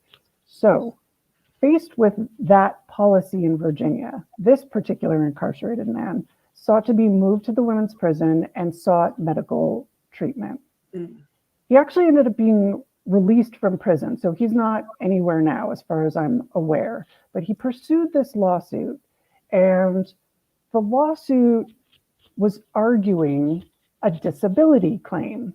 The person doesn't have a DSD, wasn't claiming to be intersex, but they were muddying definitions about what is covered under the Americans with Disabilities Act that covers prisons as well. The Americans with Disability Act has an exception in it, very few exceptions, but it has one, more than one, but one explicitly named out, which was gender identity disorder, not covered under the Americans with Disabilities Act. How has the medical industry yet again wrecked us? Well, because gender identity disorder has been overtaken by gender dysphoria in the DSM. So it is somewhat an obsolete term now. So the fact that that term was excluded from the Americans with Disabilities Act, but there's this new thing, this individual was successful before the Fourth Circuit on appeal, saying that yes, gender dysphoria is a disability and it has to be grounded in the physicality, because why else would you be seeking medicalization? So once again, we have this like insanity with these word games that they're constantly trying to manipulate and control and change language and meanings so that they can control the narrative, control the laws, and use them against us. Exactly right. And they claim that gender dysphoria, unlike how they had previously contemplated gender identity disorder, that gender dysphoria has a physical basis. Why else would you need hormones? You know, and I just want to point out again with these word games, this is essentially what the UN is doing as well. Is what they've done is changed every time the word gender appears within their documentation.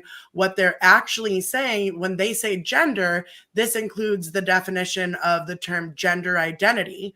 So anytime they're talking about putting forward initiatives that are supposed to be for protecting or defending women and girls all around the world, what they're really talking about is pushing this ideology of trans and using it to further take away and limit the rights of women and girls in places in the world where they already have so much less quote freedoms than we experience here, right? So again, with these word games are very, very dangerous. And just like Amy has put up here, this is another example of the Darvo.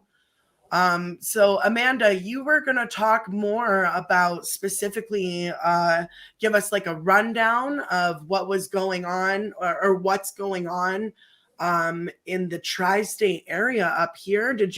Were you ready to move on to that, or do you want to speak more to Virginia? We can move on from Virginia, but I do want to tap onto something that please, anything you want to share that you just said, which is, I will be honest, there was a period of time where I thought the judiciary might save us. So naive. And one of the problems has been that judges are almost entirely relying on health practitioners in how they're reaching decisions. In a lot of these cases, they're having medical experts come on to testify, and they are hearing what those medical experts say, and that is often what they're relying on in issuing their decisions. So I naively was focused on the wrong people.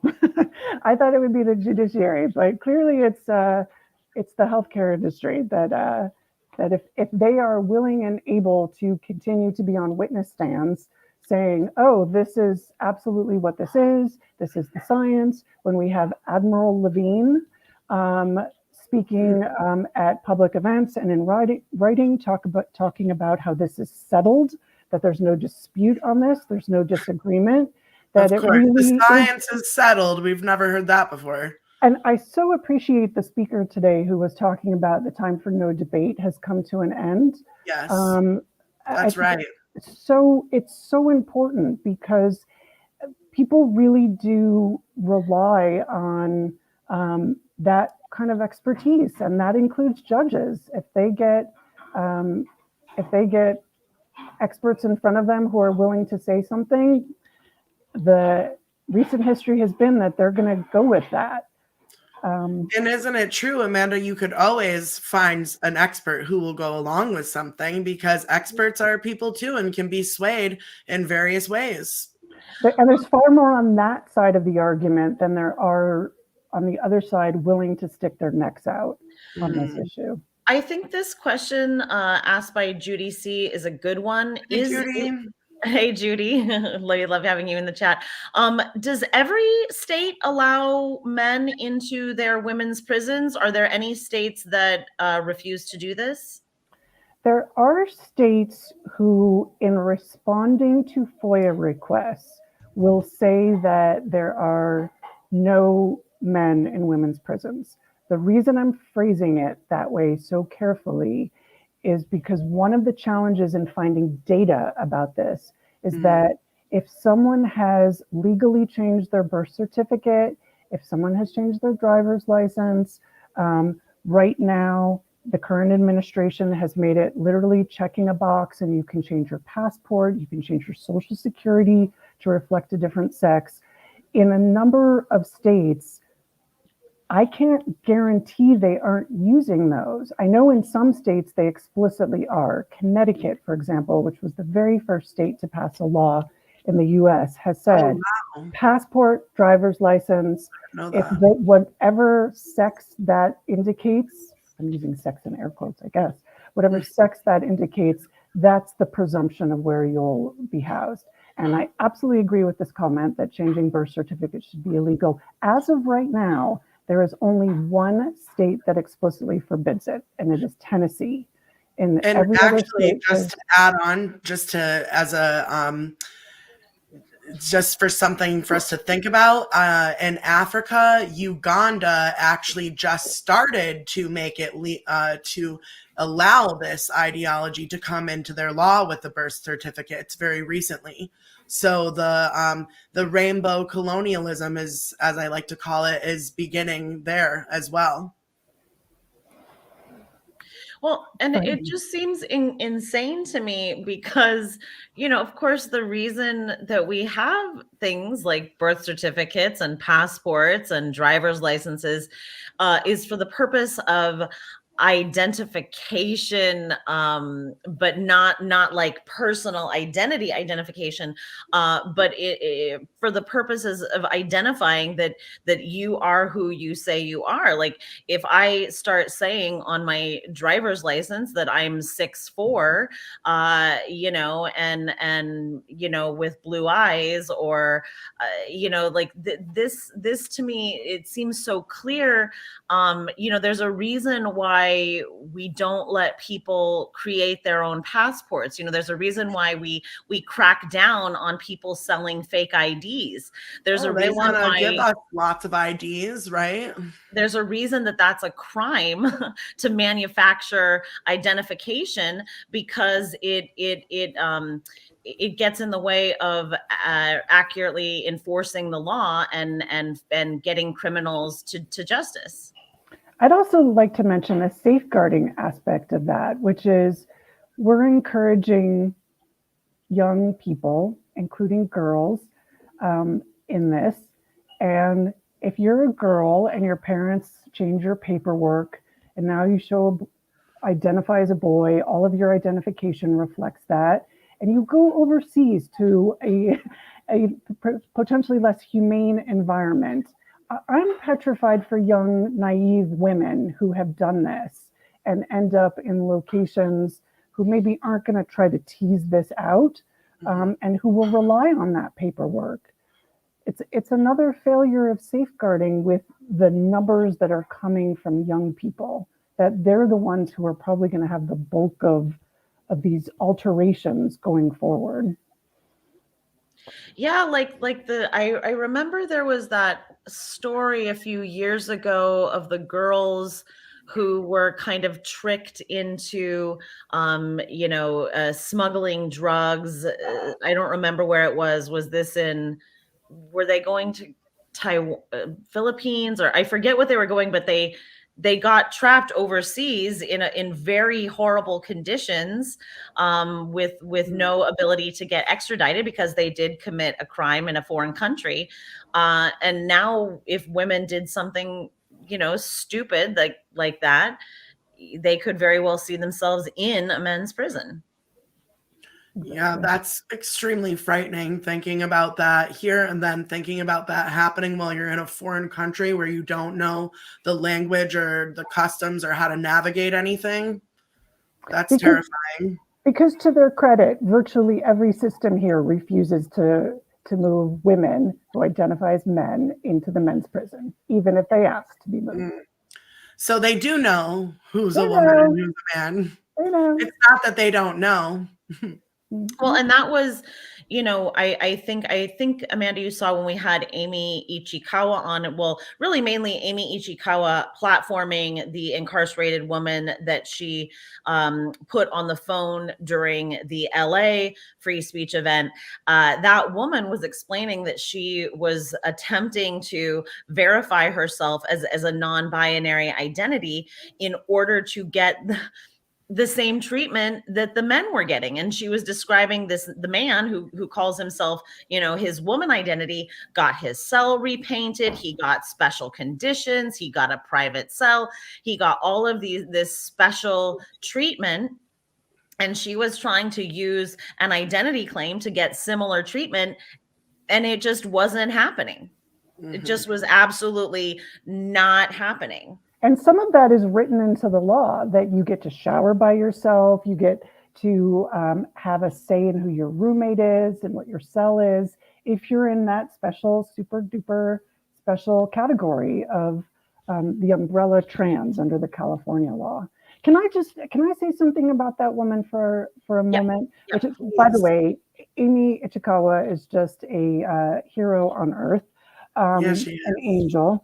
But the absolute bravery of the women in California, the incarcerated women in California who are speaking out, because it is a huge risk to your own privileges, such as they are, in a system that doesn't have to guarantee you privileges, whether it's, you know, a good job in prison or a particularly good housing unit, whatever it is. And they are putting their necks out, threatening all of that, threatening their own tiny bit of not having everything horrible every day, having a little breath of relief. And they are jeopardizing all of that in order to get the word out.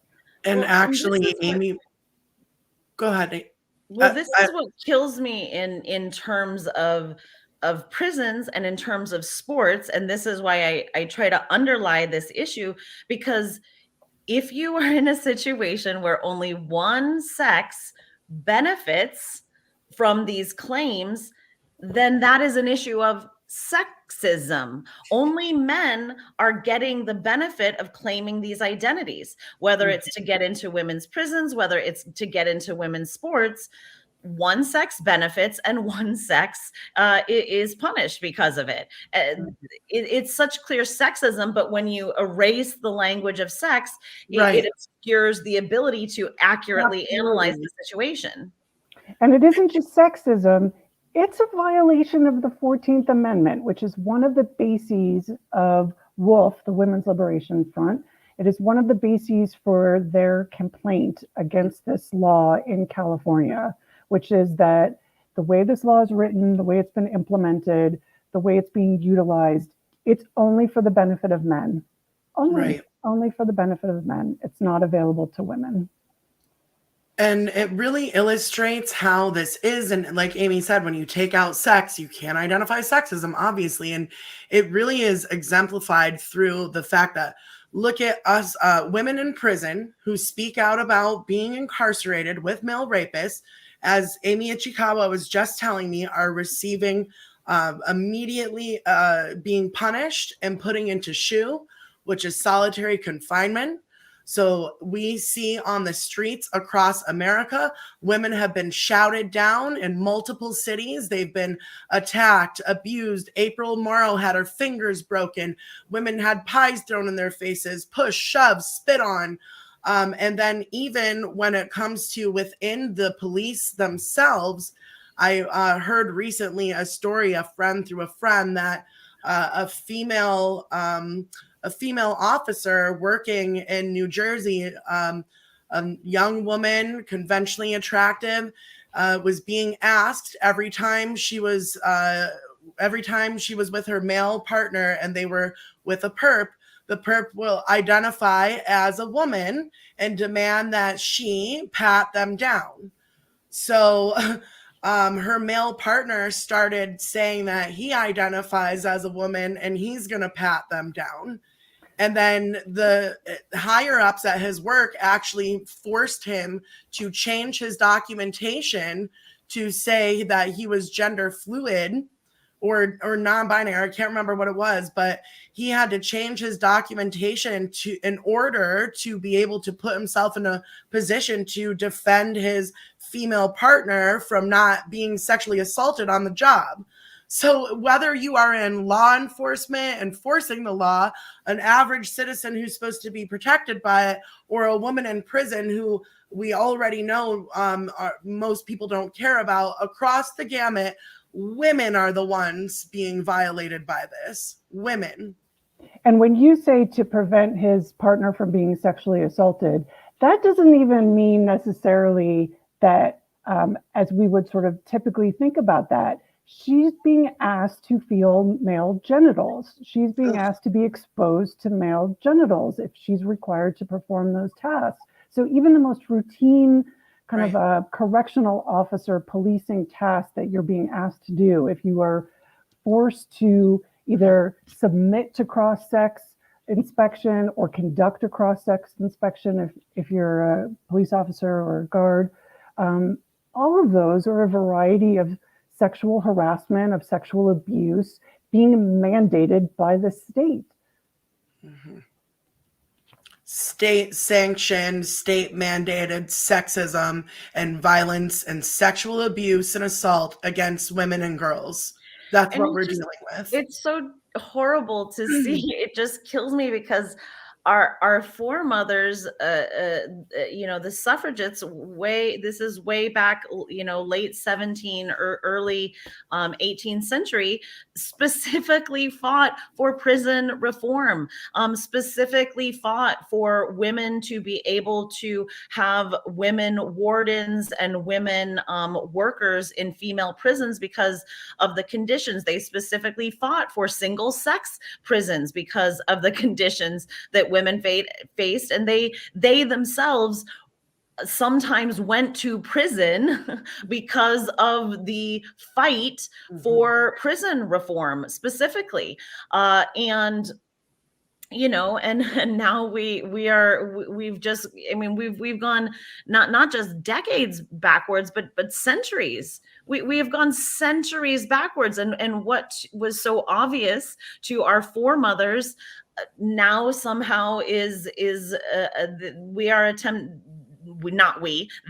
attempting to undermine and obscure the obvious. I mean, it's so obvious. And at the same time that we've gone backwards, we've also gone forwards more than ever before, because the increasing of the technology and the attack using technology on our female bodies and biology, and using technology just to implement all of these new systems, right? That's behind all of this as well. All these systems have to be updated now for all of this. So it's like they're moving us into the future, explicitly a future where females are erased and our biology is hyper exploited. And we're told we don't exist and we have no rights and no law, nothing to protect us. It's very Handmaid's Tale, very dystopian. Can you tell us, Amanda, more about what I live here in New York, where you are at as well. What are we seeing right now in the tri-state area? What is the tri-state area for our viewers across the US who don't know, and our viewers around the world? What can we expect to be seeing happening here in the future, and what's going on here now?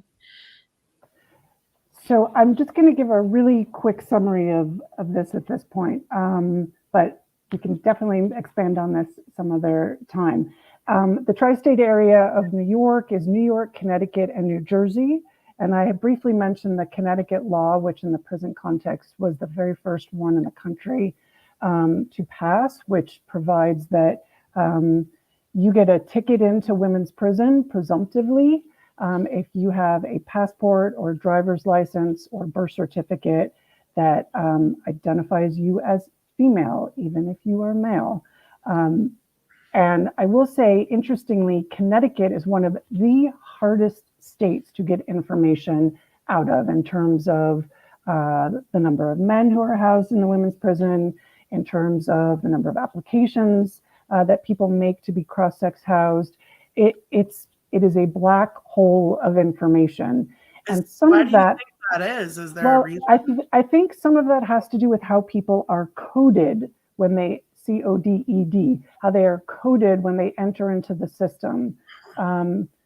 We have seen this as a problem in the federal system as well, where you can easily find kind of well-known men identifying as trans who are incarcerated in the federal system. You could pretty easily pull them up on an inmate locator and see how they're coded. And when they are coded as female and they're housed in locations which house both men and women, so not in the same building, but in the same sort of complex, which is true for the main federal prison in Connecticut as well, that you cannot tell which prison they're in, whether they're in the women's prison or in the men's prison. So I think it is a challenge of coding, and it is a challenge of states who are withholding information, which can't help but come across as being extremely purposeful. In contrast, if I could just mention one more thing about Virginia, because this is just interesting. In contrast, Virginia has responded to the same kind of information requests. How many men do you have there? How many men have requested in the last however many months? And same with women. Virginia answered in the spring of 2021. Keep Prison Single Sex did a joint FOIA project with now WDI, then WHRC, did a national prison FOIA project to try to pull some of these numbers. Virginia responded, we have one male that we know of who's in the women's prison, who's the person I mentioned earlier. However, we maybe don't know everyone because maybe they had surgery before they came in and they were coded as female.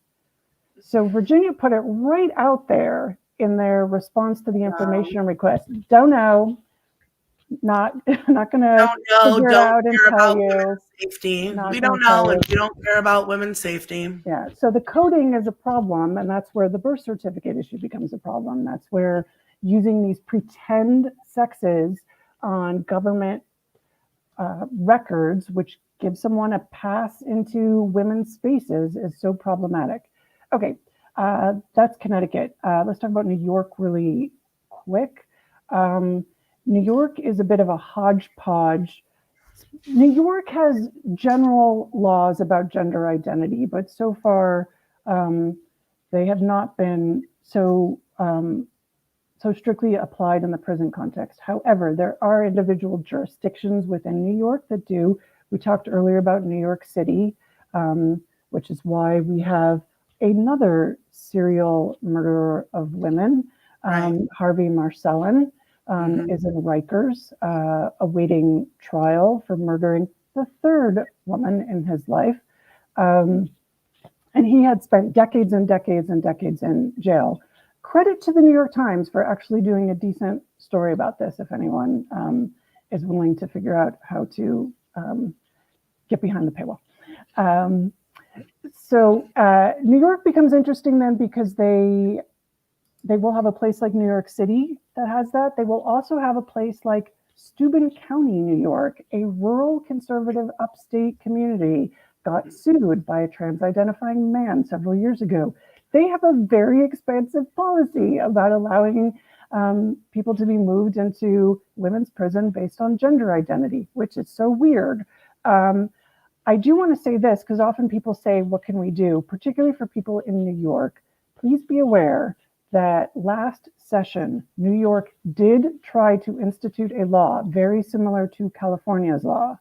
And it did not make it out of committee last year.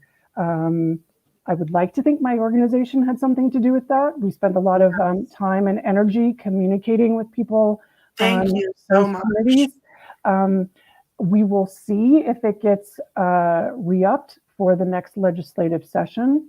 But here's something else for everyone to be aware of, even more general on the gender identity issue in New York.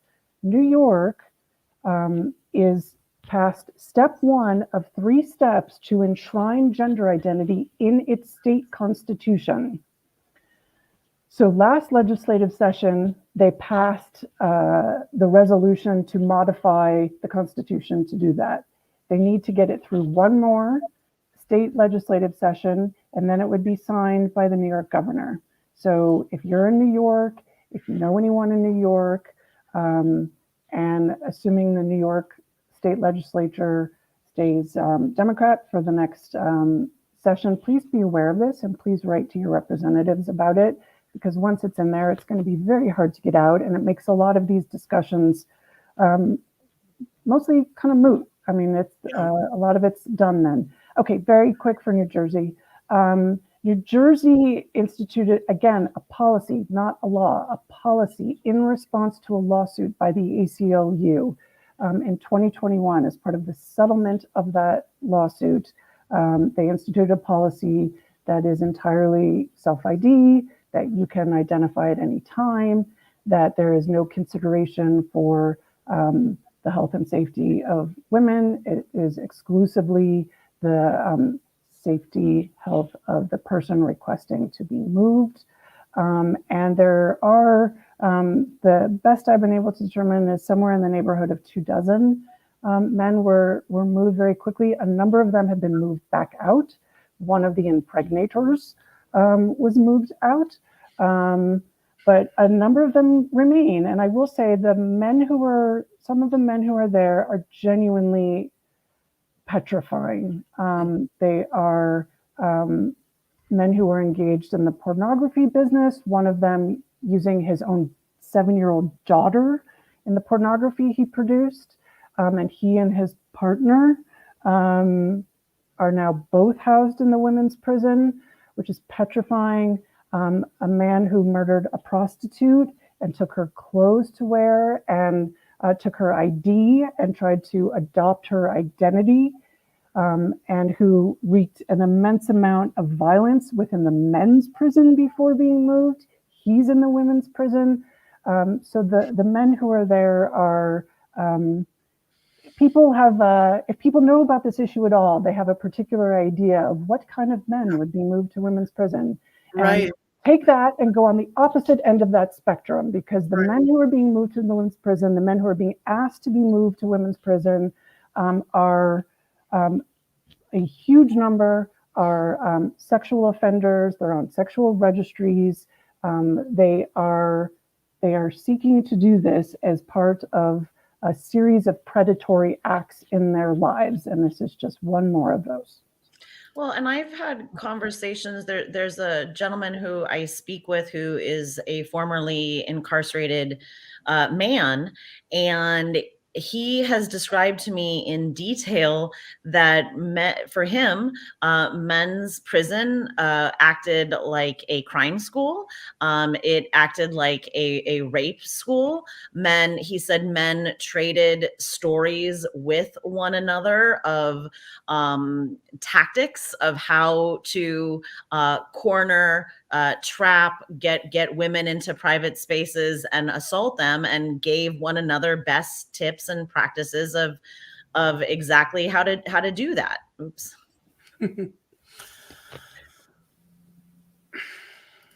Yeah, I'm just horrified hearing about these stories. Amanda, what can we do? Hearing about this thing with New York, with the state constitution being up to be amended to codify gender identity, I'm just like, man, everyone keeps telling me, you got to get out of New York. And I'm not going to leave, because this is happening everywhere. And I believe we have to fight it where we are. And yes, we need to connect and collaborate with women across the country and across the world, but we've got to fight this where we are. And I'm definitely going to be supporting you and keep prison single sex and whatever you all want to do around fighting this in New York. I'm here for it. I'm just sitting here like, how the hell is this happening? And I know Amanda needs to go, so I know Amanda, these can be your parting thoughts and parting words, and we thank you for being with us today. Thank you so much. So I would like to mention, aside from contacting your rep and writing to the state legislature and writing to governors when you learn about these, one of the speakers said an interesting thing where she talked about parents think they won't listen to us, referring to the school board. And I was thinking about her having said that and thought, well, that sentence, they won't listen to us. Like the they is us, the they can be us. Right. That we can be the ones who are running for school board, who are getting involved in politics, who are pushing this position, being reflected in every party, not just one. That if everyone has some little thing they can do, and whether it's just writing to your representative, that's amazing, that's great. Key Prison Single Sex website has some form letters if people want to use those. That would be wonderful. The website is usa.kpssinfo.org. But I would also just say, if you're able and willing and you have it in you, the they who are responsible for some of those things, that can be us as well. We're not just the us. We can be the they. That's right. Thank you so much, Amanda. Thank you for everything that you do on behalf of women and girls around the world, and especially incarcerated women. You are a hero.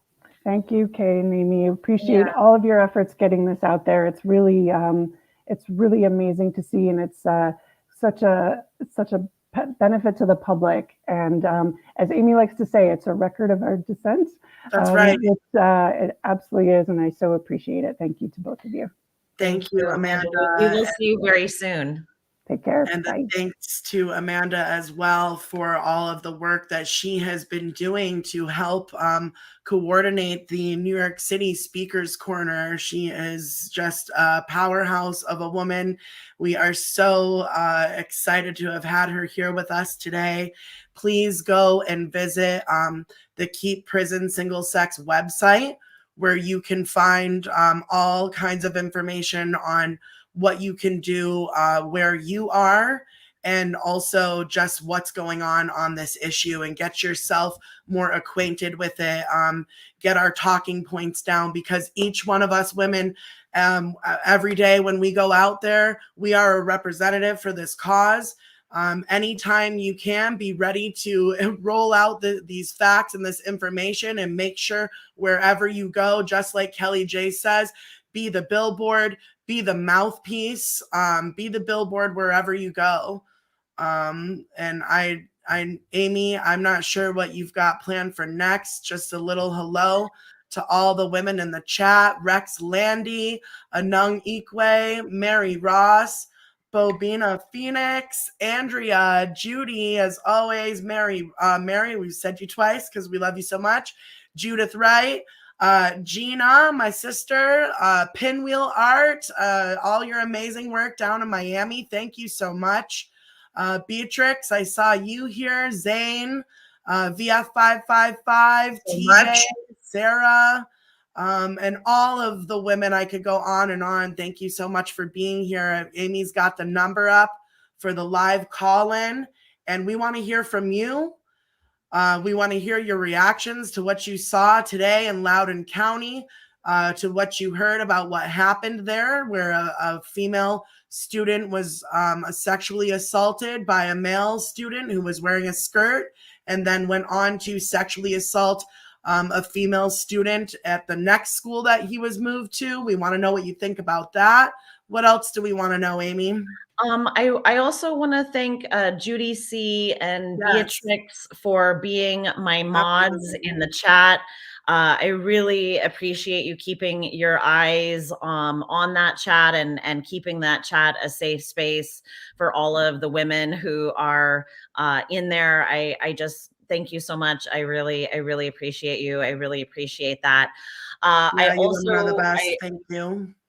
I want to thank all of the women who have given some super chats today. We really appreciate it, and every little bit helps. I hope that you know that this is a grassroots organizing effort. So I know that many of us are not people who can give $100 at a time, but $2 at a time is still a true benefit to us and to this cause. And we are still attempting to raise raise some funding for New York City and Philadelphia. Kay Yang is securing security today, securing security. So we really do appreciate your help, because this is funded, largely everything that has happened is funded by women in the United States. We are funding, the organizers of these events are funding our own events. So we really appreciate it. Oh, and we have a caller. So I'm going to go ahead and, oops, how am I going to take this? Wait, hold on. Come on.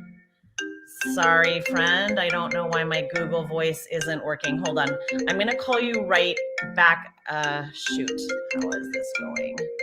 I need to sign in. And while we are grassroots and doing everything ourselves, pulling out of pocket for things like security and equipment, live streaming services, all of that, as you know, our opposition are the most well-funded elites in the world. We know this is being pushed by technocrats. We have some very smart people that join us regularly on our chats. Okay. I've seen you all out there naming all these people and these families, talking about Martine Rothblatt, talking about the Pritzkers, talking about Klaus Schwab and the World Economic Forum. We know that this is an interest being pushed by the elites. This is an interest of big pharma, of big tech, and they have endless amounts of money that they can reach into and tap into to proliferate propaganda across every screen. Hello. Be it a television or your phone. Hello. Hey. It worked. It's magic. Yeah, it did work. I didn't have my Google Voice turned on to my computer, so I didn't realize that I didn't have it turned on. So welcome. You are now live online with us. I'm so honored. I'm just bowled over. I'm glad we're finally doing some speakers corners in the U.S. I was really hoping to get up to Loudoun County today, but this is a sad trade-off. Like, we could hear them because there wasn't like a mob of, angry, evil, hardened, far-right TRAs.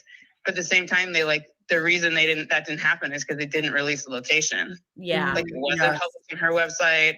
It wasn't so eventually I got in touch with someone who knew, but I'm a couple hours away, so I couldn't really be there. But glad someone was there. I'm glad you guys are doing this online.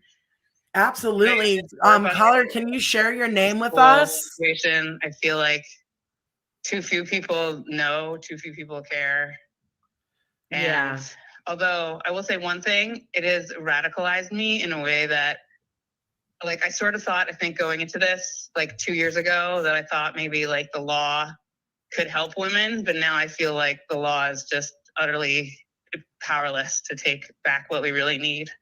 I mean, between the changing, putting gender identity in the law, between all the efforts to basically, oh my God, I just lost my train of thought. What was I going to say? Oh, Roe, the whole because Roe never really protected. The thing about Roe is it made it illegal for a state to ban it, but a state could do anything but ban it. And so it turned into a thing where, if you didn't have a clinic, you couldn't get an abortion. So it didn't matter what the law said. So. Yeah, absolutely. I know I like that you brought up also, I'm sorry that you missed the live event. And I think it's really, it's such a hard toss up. We are forced into a really hard choice because it's almost like we can have a public event or we can have a peaceful event. Yes, that's exactly what it is. You put it very well. That's unfortunately very true. And this is not forever. The aim of myself and many other women who are organizing is to have both a public event and a peaceful event. So stay in contact. If you I'm going to put up on the screen, but you can always email me. My email is out there. My email is theknownheretic@gmail.com. Oh, okay. Awesome. You can email me. And I'm also going to put up on the screen screen, and I'll leave it up for when you get back into it. I know you have to probably have this have yourself muted. I'm not looking at the live feed right now. No. But anyone can sign up as well at stopfemaleerasure.com. There is a form that you can fill up, put in your name, email, and this is a space. This is a website that Kay Yang runs, and this is a space where we are taking information and we are doing the further work to continue to get women organized and to do this work with other women. This is, and well, I'm going to let you speak, but I'll finish up with what I want to say afterwards. So thank you for tuning in live today. And is there anything else you want to add about your observation or your thoughts on this movement or these speakers corners and what we're doing here?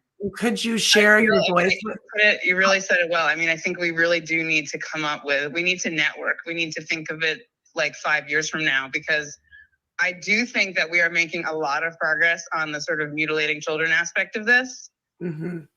I think we're potentially making some progress on the school board issues, although the best way to fix that is to send a bunch of people who don't believe in gender ideology into the educational school system, because all these people, even if they don't go into getting their education master's or credential, they come out with this gender ideology because that's where they're getting it from.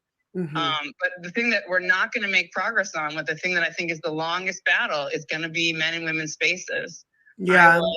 I was a founding board member of a local tech organization where I live, and I can't tell you whether it's what's my phrase, like cowardice or conviction, but these women just don't see the danger of rolling over and letting anyone who wants to, including men who drive this. There's this one man who drives over an hour to be at like an event run for women in technology so he can LARP, and it's gross and it's sickening, but nobody says anything. And that's one of the reasons I want to do an event near me, but I can't. The network that would get me in touch with women who are local to me to feel the same way doesn't exist yet. So we have to build it. Well, this is good. I'm glad you brought this up. First of all, do you want to say your first name for us, or you don't have to? I like my pseudonym. Remember when women used to take pseudonyms? Yeah, Remember I do. When that was the thing, like the whole male pseudonym. Yeah, so what's your pseudonym? I've taken the pseudonym George Sand. Oh, yay, George Sand. Thank you. Oh, you're George. Thank you for your donation earlier, by the way. You're so welcome. We really appreciate it. Thank you. And I want to say to you, and I want to say to other women, especially if you are doing these events a little more privately.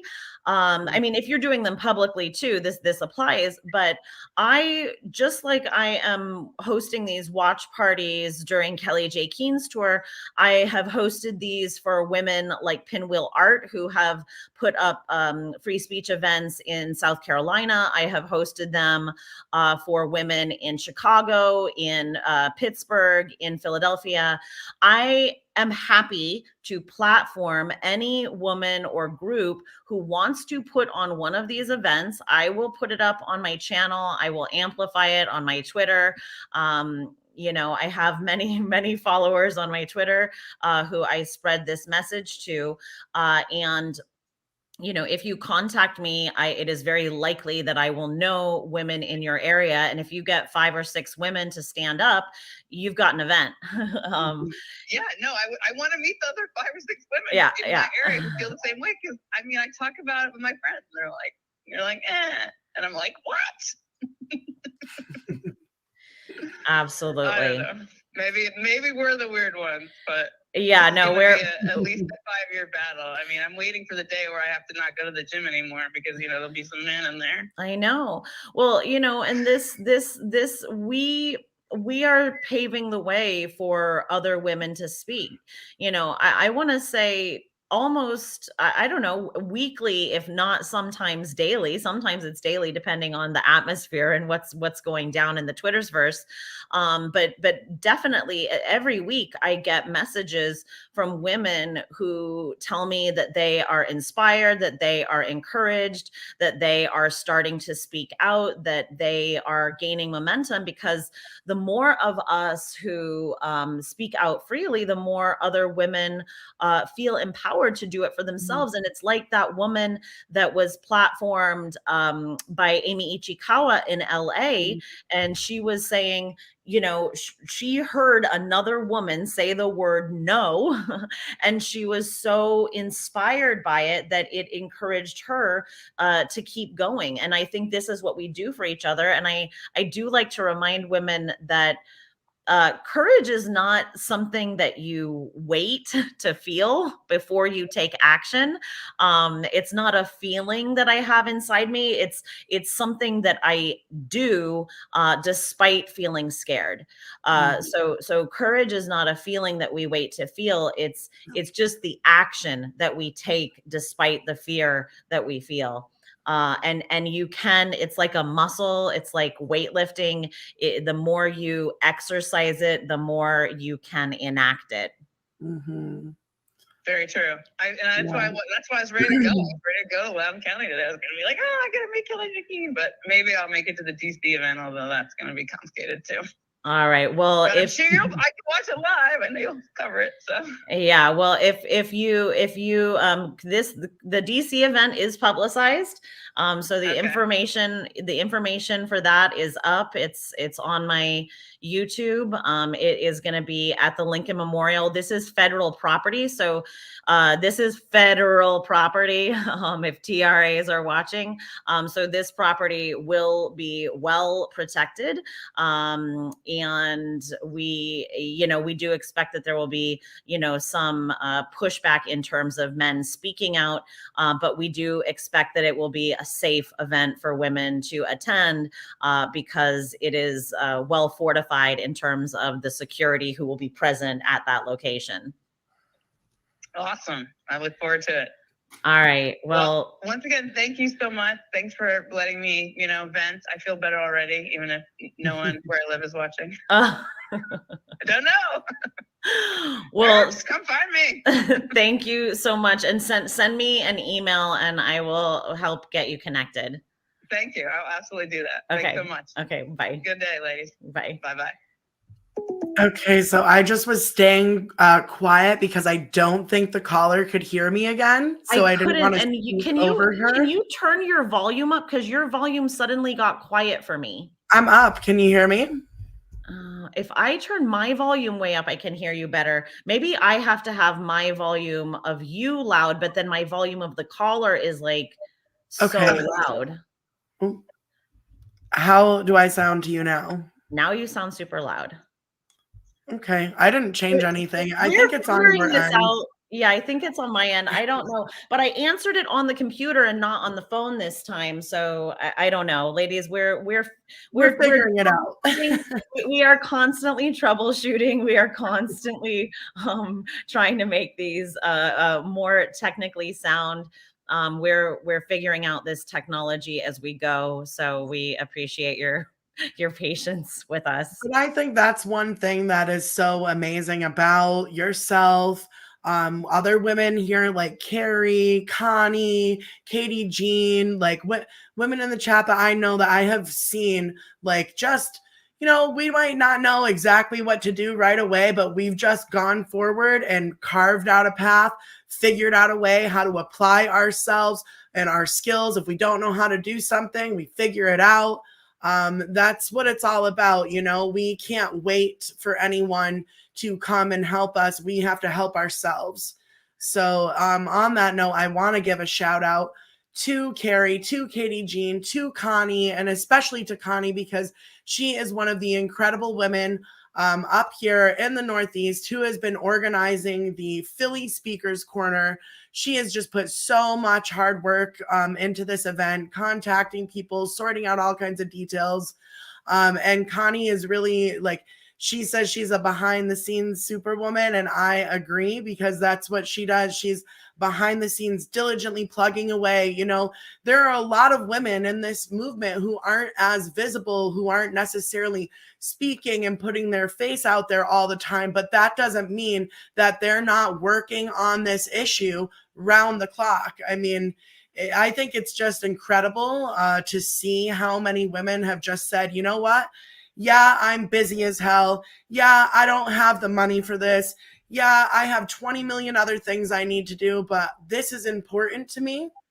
And I'm going to show up, and I'm going to keep showing up, and I'm going to keep giving it my all. And I just appreciate all of you. And thank you to Amy Sousa for what she does. Her voice is like a light in the dark. The topics that she talks about, I think all of us, we just are like, yes, more of this. And the fact that Amy has worked so hard being a voice on this issue, publicly putting her name and her face out there. We all know her as the known heretic. She is constantly signal blasting this message throughout social media. She's worked so hard and gained a big platform on Twitter, and she's not selfish with it. She doesn't sit there and say, oh, this is for me to sit here and pontificate. She knows that her platform is something that is not just to showcase her beautiful skills and her background and her expertise, but it's also something that she can use to share our voices. She's been sharing my voice, and I really appreciate her amplifying me and my work. And she's constantly platforming women all over the country, like she said, doing speakers corners and little events here and there. And I just think this is what we need. We need women working together, sharing our skills, our resources, our networks, our platforms. And I'll stop going on and on, but I just really appreciate all of you. And thank you, Amy. And thank you right back, Kay Yang. And I since we're doing a little love fest, I'll do the same. You know, Kay Yang, I had the privilege of meeting her on my first activist event on this issue way back, fighting Biden's EO in front of the White House in DC. Mm-hmm. And I was just immediately impressed with her analysis. I had known her as the Deprogrammer before I met her in person. I had watched all of her videos. And I just think the grounding and backgrounding that she does with the material, the way that she picks through how the programming of the culture is at play, and what is going on underneath what we see on the surface. I think the analysis that she has been so influential for me. I quote her all the time. When I was published in Jane Claire Jones' journal, she was quoted many times in what I wrote, because it is analysis that I take and use and put it into my own analysis. So if you are not already following her on Instagram and have not already watched her YouTubes or looked at all of the amazing free information that she puts out on stopfemaleerasure.com. Look it up. This is a free resource. So many free resources there for women to use. And I urge everyone to take advantage of it, because having a grounding in this analysis is what enables us to have these conversations smarter and better. And this is what we need to constantly be doing, is really being grounded in what we are saying, so that we are coming across with clarity when we are having these fights and discussions online. It is so urgent. And I want to thank you just now, Judith. We really appreciate Thank you. you, Judith. Yeah, thank you. Thank you so much. There are so many activists in the United States who are doing this work. Kelly J. Keene is coming here and highlighting the work that we have already been doing. This is not new work for us. And as you can see, in each city, there are numbers of women who have stepped up to organize, because this is work that they have already been doing in their cities. It is just getting more visibilized right now. So we our expectation is that after this tour, women will have even more energy and enthusiasm and passion and courage to speak out on this issue. Yeah, absolutely. And we're just getting started. Not just me and Amy, but all of you. But Amy and I are also just getting started. We've got a lot in store for after this tour is over, once we get like a couple hours of sleep, maybe. But I also want to point out I have the deprogrammer.com where you can go to watch all of my videos, including the ones that have been taken down from YouTube and everywhere on the internet as hate speech. They're housed on my website, and some of that work, it's interesting that it was deemed as hate speech because when the laws changed around the Violence Against Women Act, I was really trying to talk about that a lot on social media. And when the Violence Against Women Act was changed, it was specifically, again, to allow males to be included as females, thereby not actually protecting women from violence against women. And I was talking about that. I made a video about it showing specifically how it was going to affect incarcerated women, especially homeless women. And that was immediately taken down as hate speech by YouTube. So it really says a lot when they don't even allow us to speak about how the laws are being changed to take away our rights. So again, why I appreciate women like Amanda Stuhlman and the work that she does with Keep Prison Single Sex and her coming on the show. Because like she said, you know, there's like 20,000 different combinations for what could be going on in each individual state.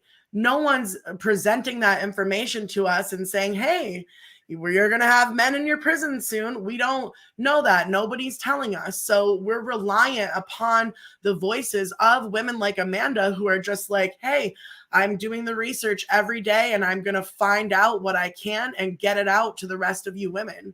And that's what these chats are all about, just highlighting all the different work that women around the country are doing and bringing you experts who can talk about these issues in ways that like we don't necessarily have the expertise on. So, you know, raising each other's voices and lifting each other up is extremely important right now. We need to keep morale up because it's hard out here. It's very sickening what's happening to us as a sex class and what's happening to children. So, you know, Katie Jean says, oh, it's a love fest. Yes, it is. Katie Jean, if you're there, you should call in and talk about FEMAX and your work that you've been doing. And if anybody wants to call in, please do. The line is open. I ramble. I'm going to put the number back up, but I wanted to thank S. I wanted to thank you for your super chat. We really appreciate it. And I wanted to put up again, just keep reminding people, go to Stop Female Erasure, fill out that form. We can help keep you connected with events that are happening in your area. So please do that. I'm going to put up the call. We may take one, maybe two more calls. While we're waiting for a call, I want to underscore what we have coming up. So we have Miami coming up on the 5th. We have Washington, D.C. coming up on the 7th. We have... oh, where are my other cities list? Okay, I've got the map up on the screen for us. Let me take the banner. Amy, could you take that banner off for a second? Thank you. Yep. Okay, DC. Okay, so we just had Loudon County. That was today. Miami, the 5th. DC on the 7th. And then we got a little break. Look at that. We got a week break. We're Philly on the 13th. Okay, here we go. Caller might not be able to hear me, so we'll find out. Hold on, come on, answer. Call from is Katie Jean. All right, here we go. Katie Jean. It is Katie Jean. Okay, I'm going to put you all the way up. Hey, Katie Jean, how are you? Hey, sisters. I can hear both of you. Kat, I can hear your voice, and great. Amy, I can hear yours. I'm doing great. How are you? Welcome, Katie Jean. Why don't you introduce yourself to all the listeners and maybe talk about your work? Thank you so much. Or I should call you Kay Yang. I apologize for saying the wrong thing before, but thank you so much, Kay Yang, for the opportunity. I can't resist like a direct request for me to call. I will bounce on that anytime. Today is Thursday. It's my favorite day of the week because today, every Thursday for almost the last year, we're going to be hitting our 1-year anniversary. I actually have to look up when the actual date is because I should start promoting it. But our 1-year anniversary is like late November, early December, for having a weekly meeting on Zoom privately that we call the FEMAX News Committee. So FEMAX News is a platform that we are working on that is of women, by women, and for women. That's the only qualification. Also, it's directed more towards an American audience. So all American women are encouraged to join our community and participate. We're on femaxnews.com is our website, and you spell FEMAX like female, except for you substitute X's for the last 2 letters. So FEMAX is female. We say it and spell it the same way. It's of, by, and for American women. We promote free speech for women, and women's voices will be heard on FEMAX. So again, you can join us on Zoom every Thursday. And then with that, we also send out an email newsletter almost every Thursday, reminding women to join us in the meeting. That's awesome. Thank you so much, Katie Jean, for being here. And thank you for the events that you have organized in Chicago. I know you've also been at events in Madison, I believe. Yep.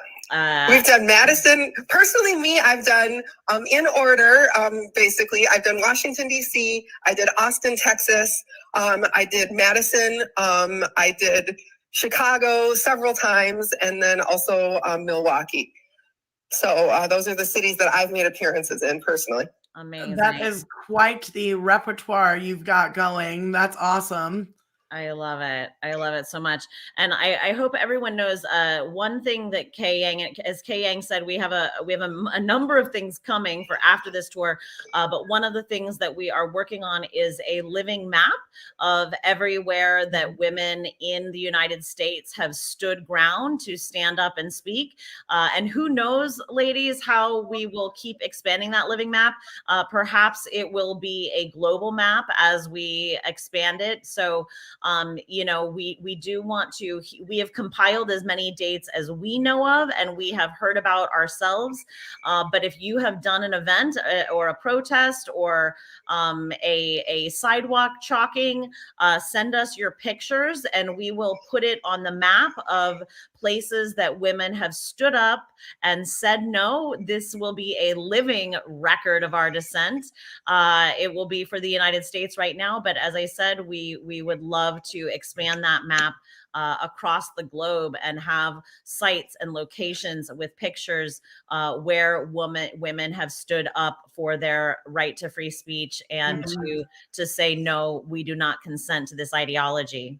That's right. No, we do. That is going to be such an exciting resource. I'm so excited to see that develop and perhaps be a contributor to helping that happen. But that is like a much needed resource that that we need to really like shine a light on the fact that we have been here, we have been speaking up, we've been doing it for a long time. Sometimes against friction, and other times, it feel sometimes when we don't have the friction that it's almost like we're just kind of like quietly the women in the corner in that convenient space where everybody can precisely ignore everything that we have to say, right? So like we have to keep pointing out all of the times that we have stood up and spoken. And it's also interesting too, I think, that when we do speak, that the response is never a specific argument against what we have to say. They're just making noise. They have nothing to say that's actually going to meet us in an intellectual way because they can't beat us. Our intellectual debate, our analysis is hands down the truth and obvious and stands up to any sort of logical or emotional scrutiny. So women, I encourage you to just continue to speak up. They have nothing to say. All they can do is make noise. And as long as you wear earplugs, you'll survive. Yay. Yes. Thank you. Also, and Katie Jean is also really funny, just so you guys know. Like, she's hilarious and she's like literally a comedian. So aside from all of the amazing work that she does, yes, indeed. Yes, indeed. Aside from all the work that she does around this issue, she also makes us laugh, which is really important. Katie. Well, thank you for remembering that appearance there, Kay Yang. I appreciate that. Yay. Katie Jean, when you go back into the chat, will you put up the links for your info and put up your Twitter handle so women can follow you there as well? I will. I'm going to just say one quick thing about Twitter, real quick, if I can just take a minute of airtime here, Amy, and that is that I have two Katie Jean handles that women know and circulate, but both of those handles, I do not have access to those profiles because I'm locked in a state of Twitter forcing me to admit that I broke the rules when I said something true and real and factual about the sex-based rights of women and girls, and I just cannot stand. I'm just too principled and too pedantic to be willing to admit to Twitter that I broke their stupid rules. So anybody who's like DMing me or communicating to me on my Katie Jean profiles, I'm not getting those messages. It's got to be on the FEMAX News profile, which is at FEMAX News. Just that. So, but I will post it. And thank you again for the invite and the call and the opportunity. Today is Thursday. We meet at 7:30 Eastern, 6:30 Central, 4:30 Pacific time, live on Zoom. If you need the link to get into that, ask a sister how you get that because she will know how to tell you. So thank you so much, Amy and Kay Yang. Appreciate what you're doing and glad to participate in the Love Fest. Awesome. Thanks. Have a great Thanks, one. Katie Jean, women's rights activist, founder of FEMAX News, comedian. All right. Thank you, Katie Jean. That was awesome. Well, Kay Yang, I don't know if I want to kind of just underscore once again what's coming up and maybe wrap this up because we do have again a lot of work to do. Miami on the 5th, DC on the 7th. Both Kay Yang and I will be in Philly and New York, which is on the 13th and 14th. So we've got a lot coming. We appreciate you being here. These watch parties are it's a watch party where we're not just documenting the events, but we want these to be places where every woman can participate. We're always going to have a special guest. We're always going to have a live call-in afterwards so that women who are not able to attend in person have an opportunity to share their voice. This is free speech for everyone. Not just for some, it's for everyone. I really love that Kelly J said that today. This is let women speak, not tell women what to say, which I really appreciate because, again, we are all coming from different backgrounds. We have different beliefs. We, have completely different walks of life and experiences. And that means that, sometimes we have to just focus on what we do have in common. But we also have to allow each other to be ourselves and occupy those differences that make us unique. We don't all want to be the same, or like Bertie Rose in the UK says, we don't all want to be walking around like robots, all thinking and talking the same. It's okay that we have different beliefs, but it's really important to have debate. And that's something that Amy and I have been talking about, that this issue is not getting enough public debate. There's too much censorship. We're being shut down in public. And just like Katie Jean said, they have no arguments. We have all the arguments. We have reality on our side. We are right.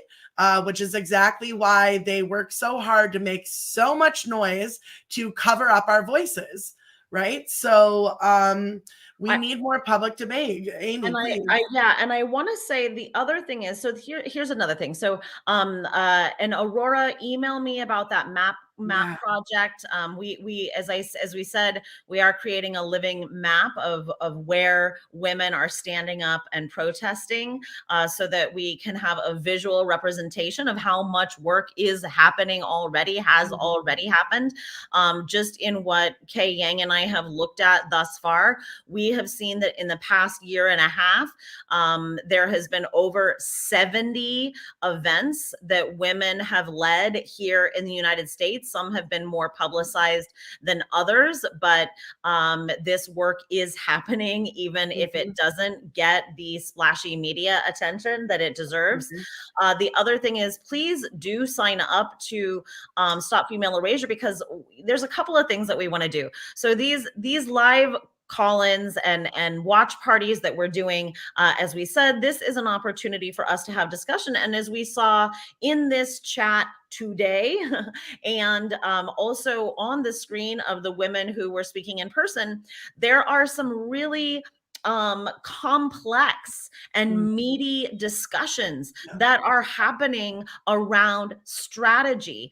So there are really complex issues for us to talk about and dissect with one another. And women do feel passionate about these issues, and we invite you to share your passion, whether it is on, one side of a conversation or another. But the most important thing that we can do is continue to unpack these issues together and explore them together, because I think that one thing that we can say is that more strategy is needed, more organization is needed, more trust building is needed. And for us to do that, we have to have a strong community. So some of these conversations we can have in public, and that's what we're doing with these live stream events. We're going to keep curating these events and having these conversations in public. But some of this strategizing is going to be needing to be done in private. Yes. So there are things that we need to talk about in smaller trust building circles for women who want to continue to organize and make commitments to be strategically organized and trust building around this issue. So I want women to be aware of the fact that these conversations are happening on various levels. Already myself, Kay Yang, a few others are having the deeper, heavier conversations about strategy and what we see, what our vision is for the further organization and structure of this movement. We are inviting your participation because ultimately there is a need, I think, that we can all see. I don't think this is just Kay Yang and I that see this. There is a need for this to grow. But it cannot grow without trust. It cannot grow without organization, and it cannot grow without commitment. Okay. And the vision that I have and I share with Kay Yang is that we are doing this in an antithesis way as our opponents. Our opponents are very organized. Okay, that is something they have. When we see these Antifa, they've got their earpieces on, they are communicating with each other, they are backing each other up. However, they are pushing a cult of dissociation, objectification, violence against women, silencing women, anti-free speech. We are organizing differently. We want to build intimacy. We want to build trust. We want to encourage women to be listening to their instincts, to be paying attention to their sense perceptions. And to be well-informed and well-researched and well-read and well-informed on not just both sides of the debate, but multiple angles of the debates. Yeah. And the thing is, and here's the great thing, Kay Yang and I are not the only people doing this work either. So we are here for the people who connect with our vision. We have a strong vision, and we are here for the women who connect with it. But there are other women doing different kinds of work. Okay, multiple strategies are needed, and we have to keep this in mind. Multiple levels of strategy are needed. So there can be other women that you connect with. You don't have to connect with me. You might find that you relate to someone else's way of doing this work a lot better. But I'm just saying, this is what I am offering. This is what we are offering. And this is the kind of participation that we are inviting. Absolutely. And having a diversity of tactics and a diversity of strategies in our tool bag is extremely important. And that means, we are looking at all possibilities because we know that the situation that we're dealing with is very complex. You even heard, again, Amanda Stuhlman, director of Keep Prison Single Sex, say just how difficult it even is for her as a lawyer and director of an organization to get information on what's going on at a state level. So if it's this difficult to get information, it's difficult to be informed, that means we have to constantly be changing our tactics and strategies depending on what scenario we find ourselves in, the people we find ourselves with, and what it is we're trying to do in that moment. So these conversations about strategy and tactics are really important, and everyone's got ideas about it. And the thing is, though, a lot of people don't have the same understanding of the history of some of these tactics and movement strategy and movement building. So that's some of what we want to keep on talking about and keep this conversation alive after this tour, because so many women are coming to the table wanting to have these discussions. And it's important because we are at war. We are being organized against every moment of every day. And I think, Amy mentioned how organized the opposition is, talking about how some of the TRAs, some of the quote Antifa people in Tacoma were using earpieces to talk to one another. They're connected across the country, telling each other from one city to the next to expect us and what to do and how to best shut us down.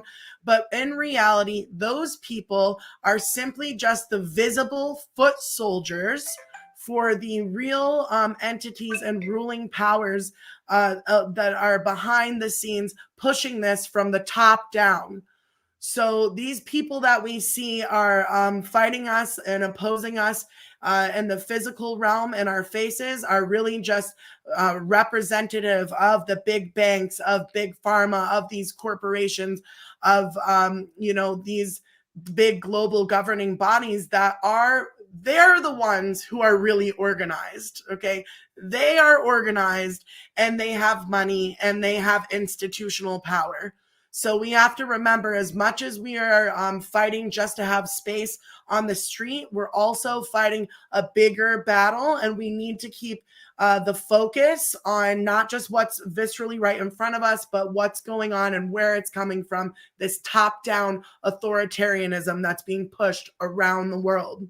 Yeah, absolutely. And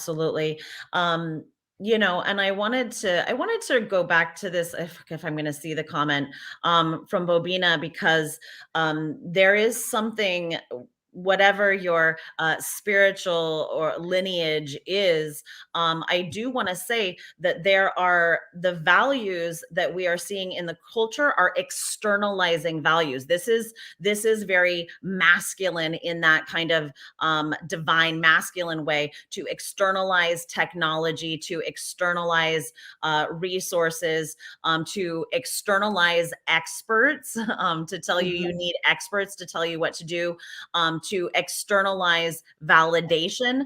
These are the qualities of externalizing. Okay, this is a kind of a value set. We have to think of it in terms of values.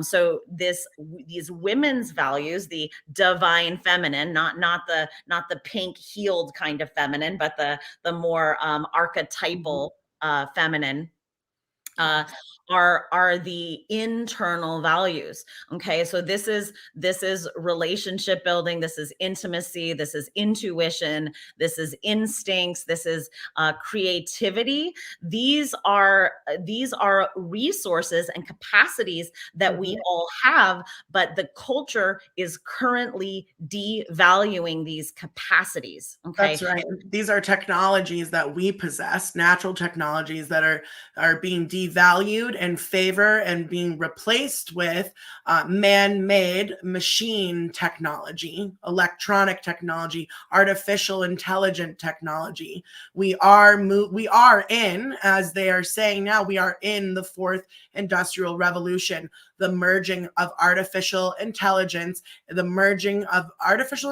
and AI with human biology.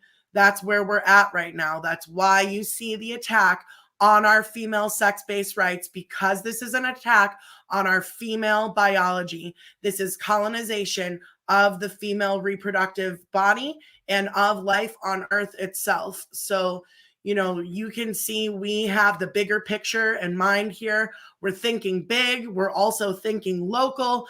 We're looking at the enemy that's in front of our face. We're also looking at the different ways that this Hydra is spreading itself through other policies. You know, we're trying to look at things on all levels here, because that's what this situation requires. And we aim to bring you these conversations with the seriousness and with the research behind them that they deserve. Right? We can't just be willy-nilly when we think about this stuff. We've got to go deep, and that's what we want to keep on doing with you all. So I encourage you all to continue to participate with us. I encourage you to participate with one another. The work that Kay Yang is doing at Stop Female Erasure, the work that I am doing at Little Red Reverberations, my work and classes that I am teaching there, it is the antithesis to the values that we see in the culture, and it is a place for intimacy. So these are the little red, very female opportunities and community building opportunities. But they have big, if we can hold these values in our own integrity, it has massive reverberations across the world. So we thank you, women, for your participation in these conversations. We are going to continue to build resources, have master classes, have more community building opportunities and places for insights both on and offline. So please stay in touch and communication with us. Kay Yang, do you have any last thoughts? I am reaching my need to get up and walk around. I think you ladies who have been with us for the last few hours may feel the same. We all must remember to go outside, breathe fresh air, touch grass, as they say. Connect with the real world every chance that you get. Of course, I could say all kinds of things, but I also need to connect with my body and take care of some of my needs that have been neglected while we've been doing this live stream. So yeah, that's what I want to say, is just echoing Amy's message on embodiment, and just get out there, connect with the real world. Like, I'm going to be going out and getting into nature as soon as I get off of here, because as much as we are on these screens and fighting this stuff, we've got to be centered and grounded in reality, and that's how we're going to be able to stay calm and meet all of this with the seriousness and with the integrity that it deserves, because we are in the fight of our lives. This is a war on women and girls, and we will not be silenced. Yeah. All right. Thank you, ladies. We will see you.